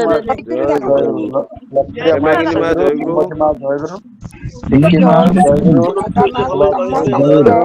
সঞ্জয় কুমার জয় গুরু বাসন্তী মা জয় গুরু মায়াধর ভাই গুণধর ভাই বাবা জয় সমস্তଙ୍କୁ জয় গুরু পଙ୍କଜ ଭାଇ ଜୟ ଗୁରୁ ପବିତ୍ର ଦାଦା ଜୟ ଗୁରୁ ଜୟ ଗୁରୁ ଜୟ ଗୁରୁ ଦୁଇ ସାଙ୍ଗଙ୍କୁ ଜୟ ଜୟ ଗୁରୁ ଦାଦା ମା ସମସ୍ତଙ୍କୁ ଜୟ ଗୁରୁ ଜୟ ଗୁରୁ ଜୟ ଗୁରୁ ଭାଇ ଜୟ ଗୁରୁ ଜୟ ଗୁରୁ ଦିନ ଦିନ ମା ଜୟ ଗୁରୁ ସମସ୍ତଙ୍କୁ ଜୟ ଗୁରୁ সবাইকে জয় গুরু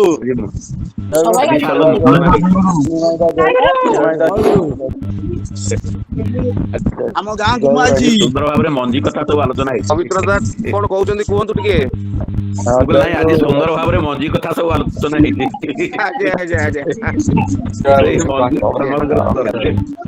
ଜୟ ଗୁରୁ ଦାଦା ସମସ୍ତ ଜୟ ଗୁରୁ ଜୟ ସମାପନୀ ଶେଷରେ ମା ଗୁରୁପା ମା ଟିକିନା ମା ସମସ୍ତଙ୍କୁ ଜୟ ଗୁରୁ ସଞ୍ଜୟ ସଙ୍ଗୀତଟା ବହୁତ ସୁନ୍ଦର ହେଇଛି।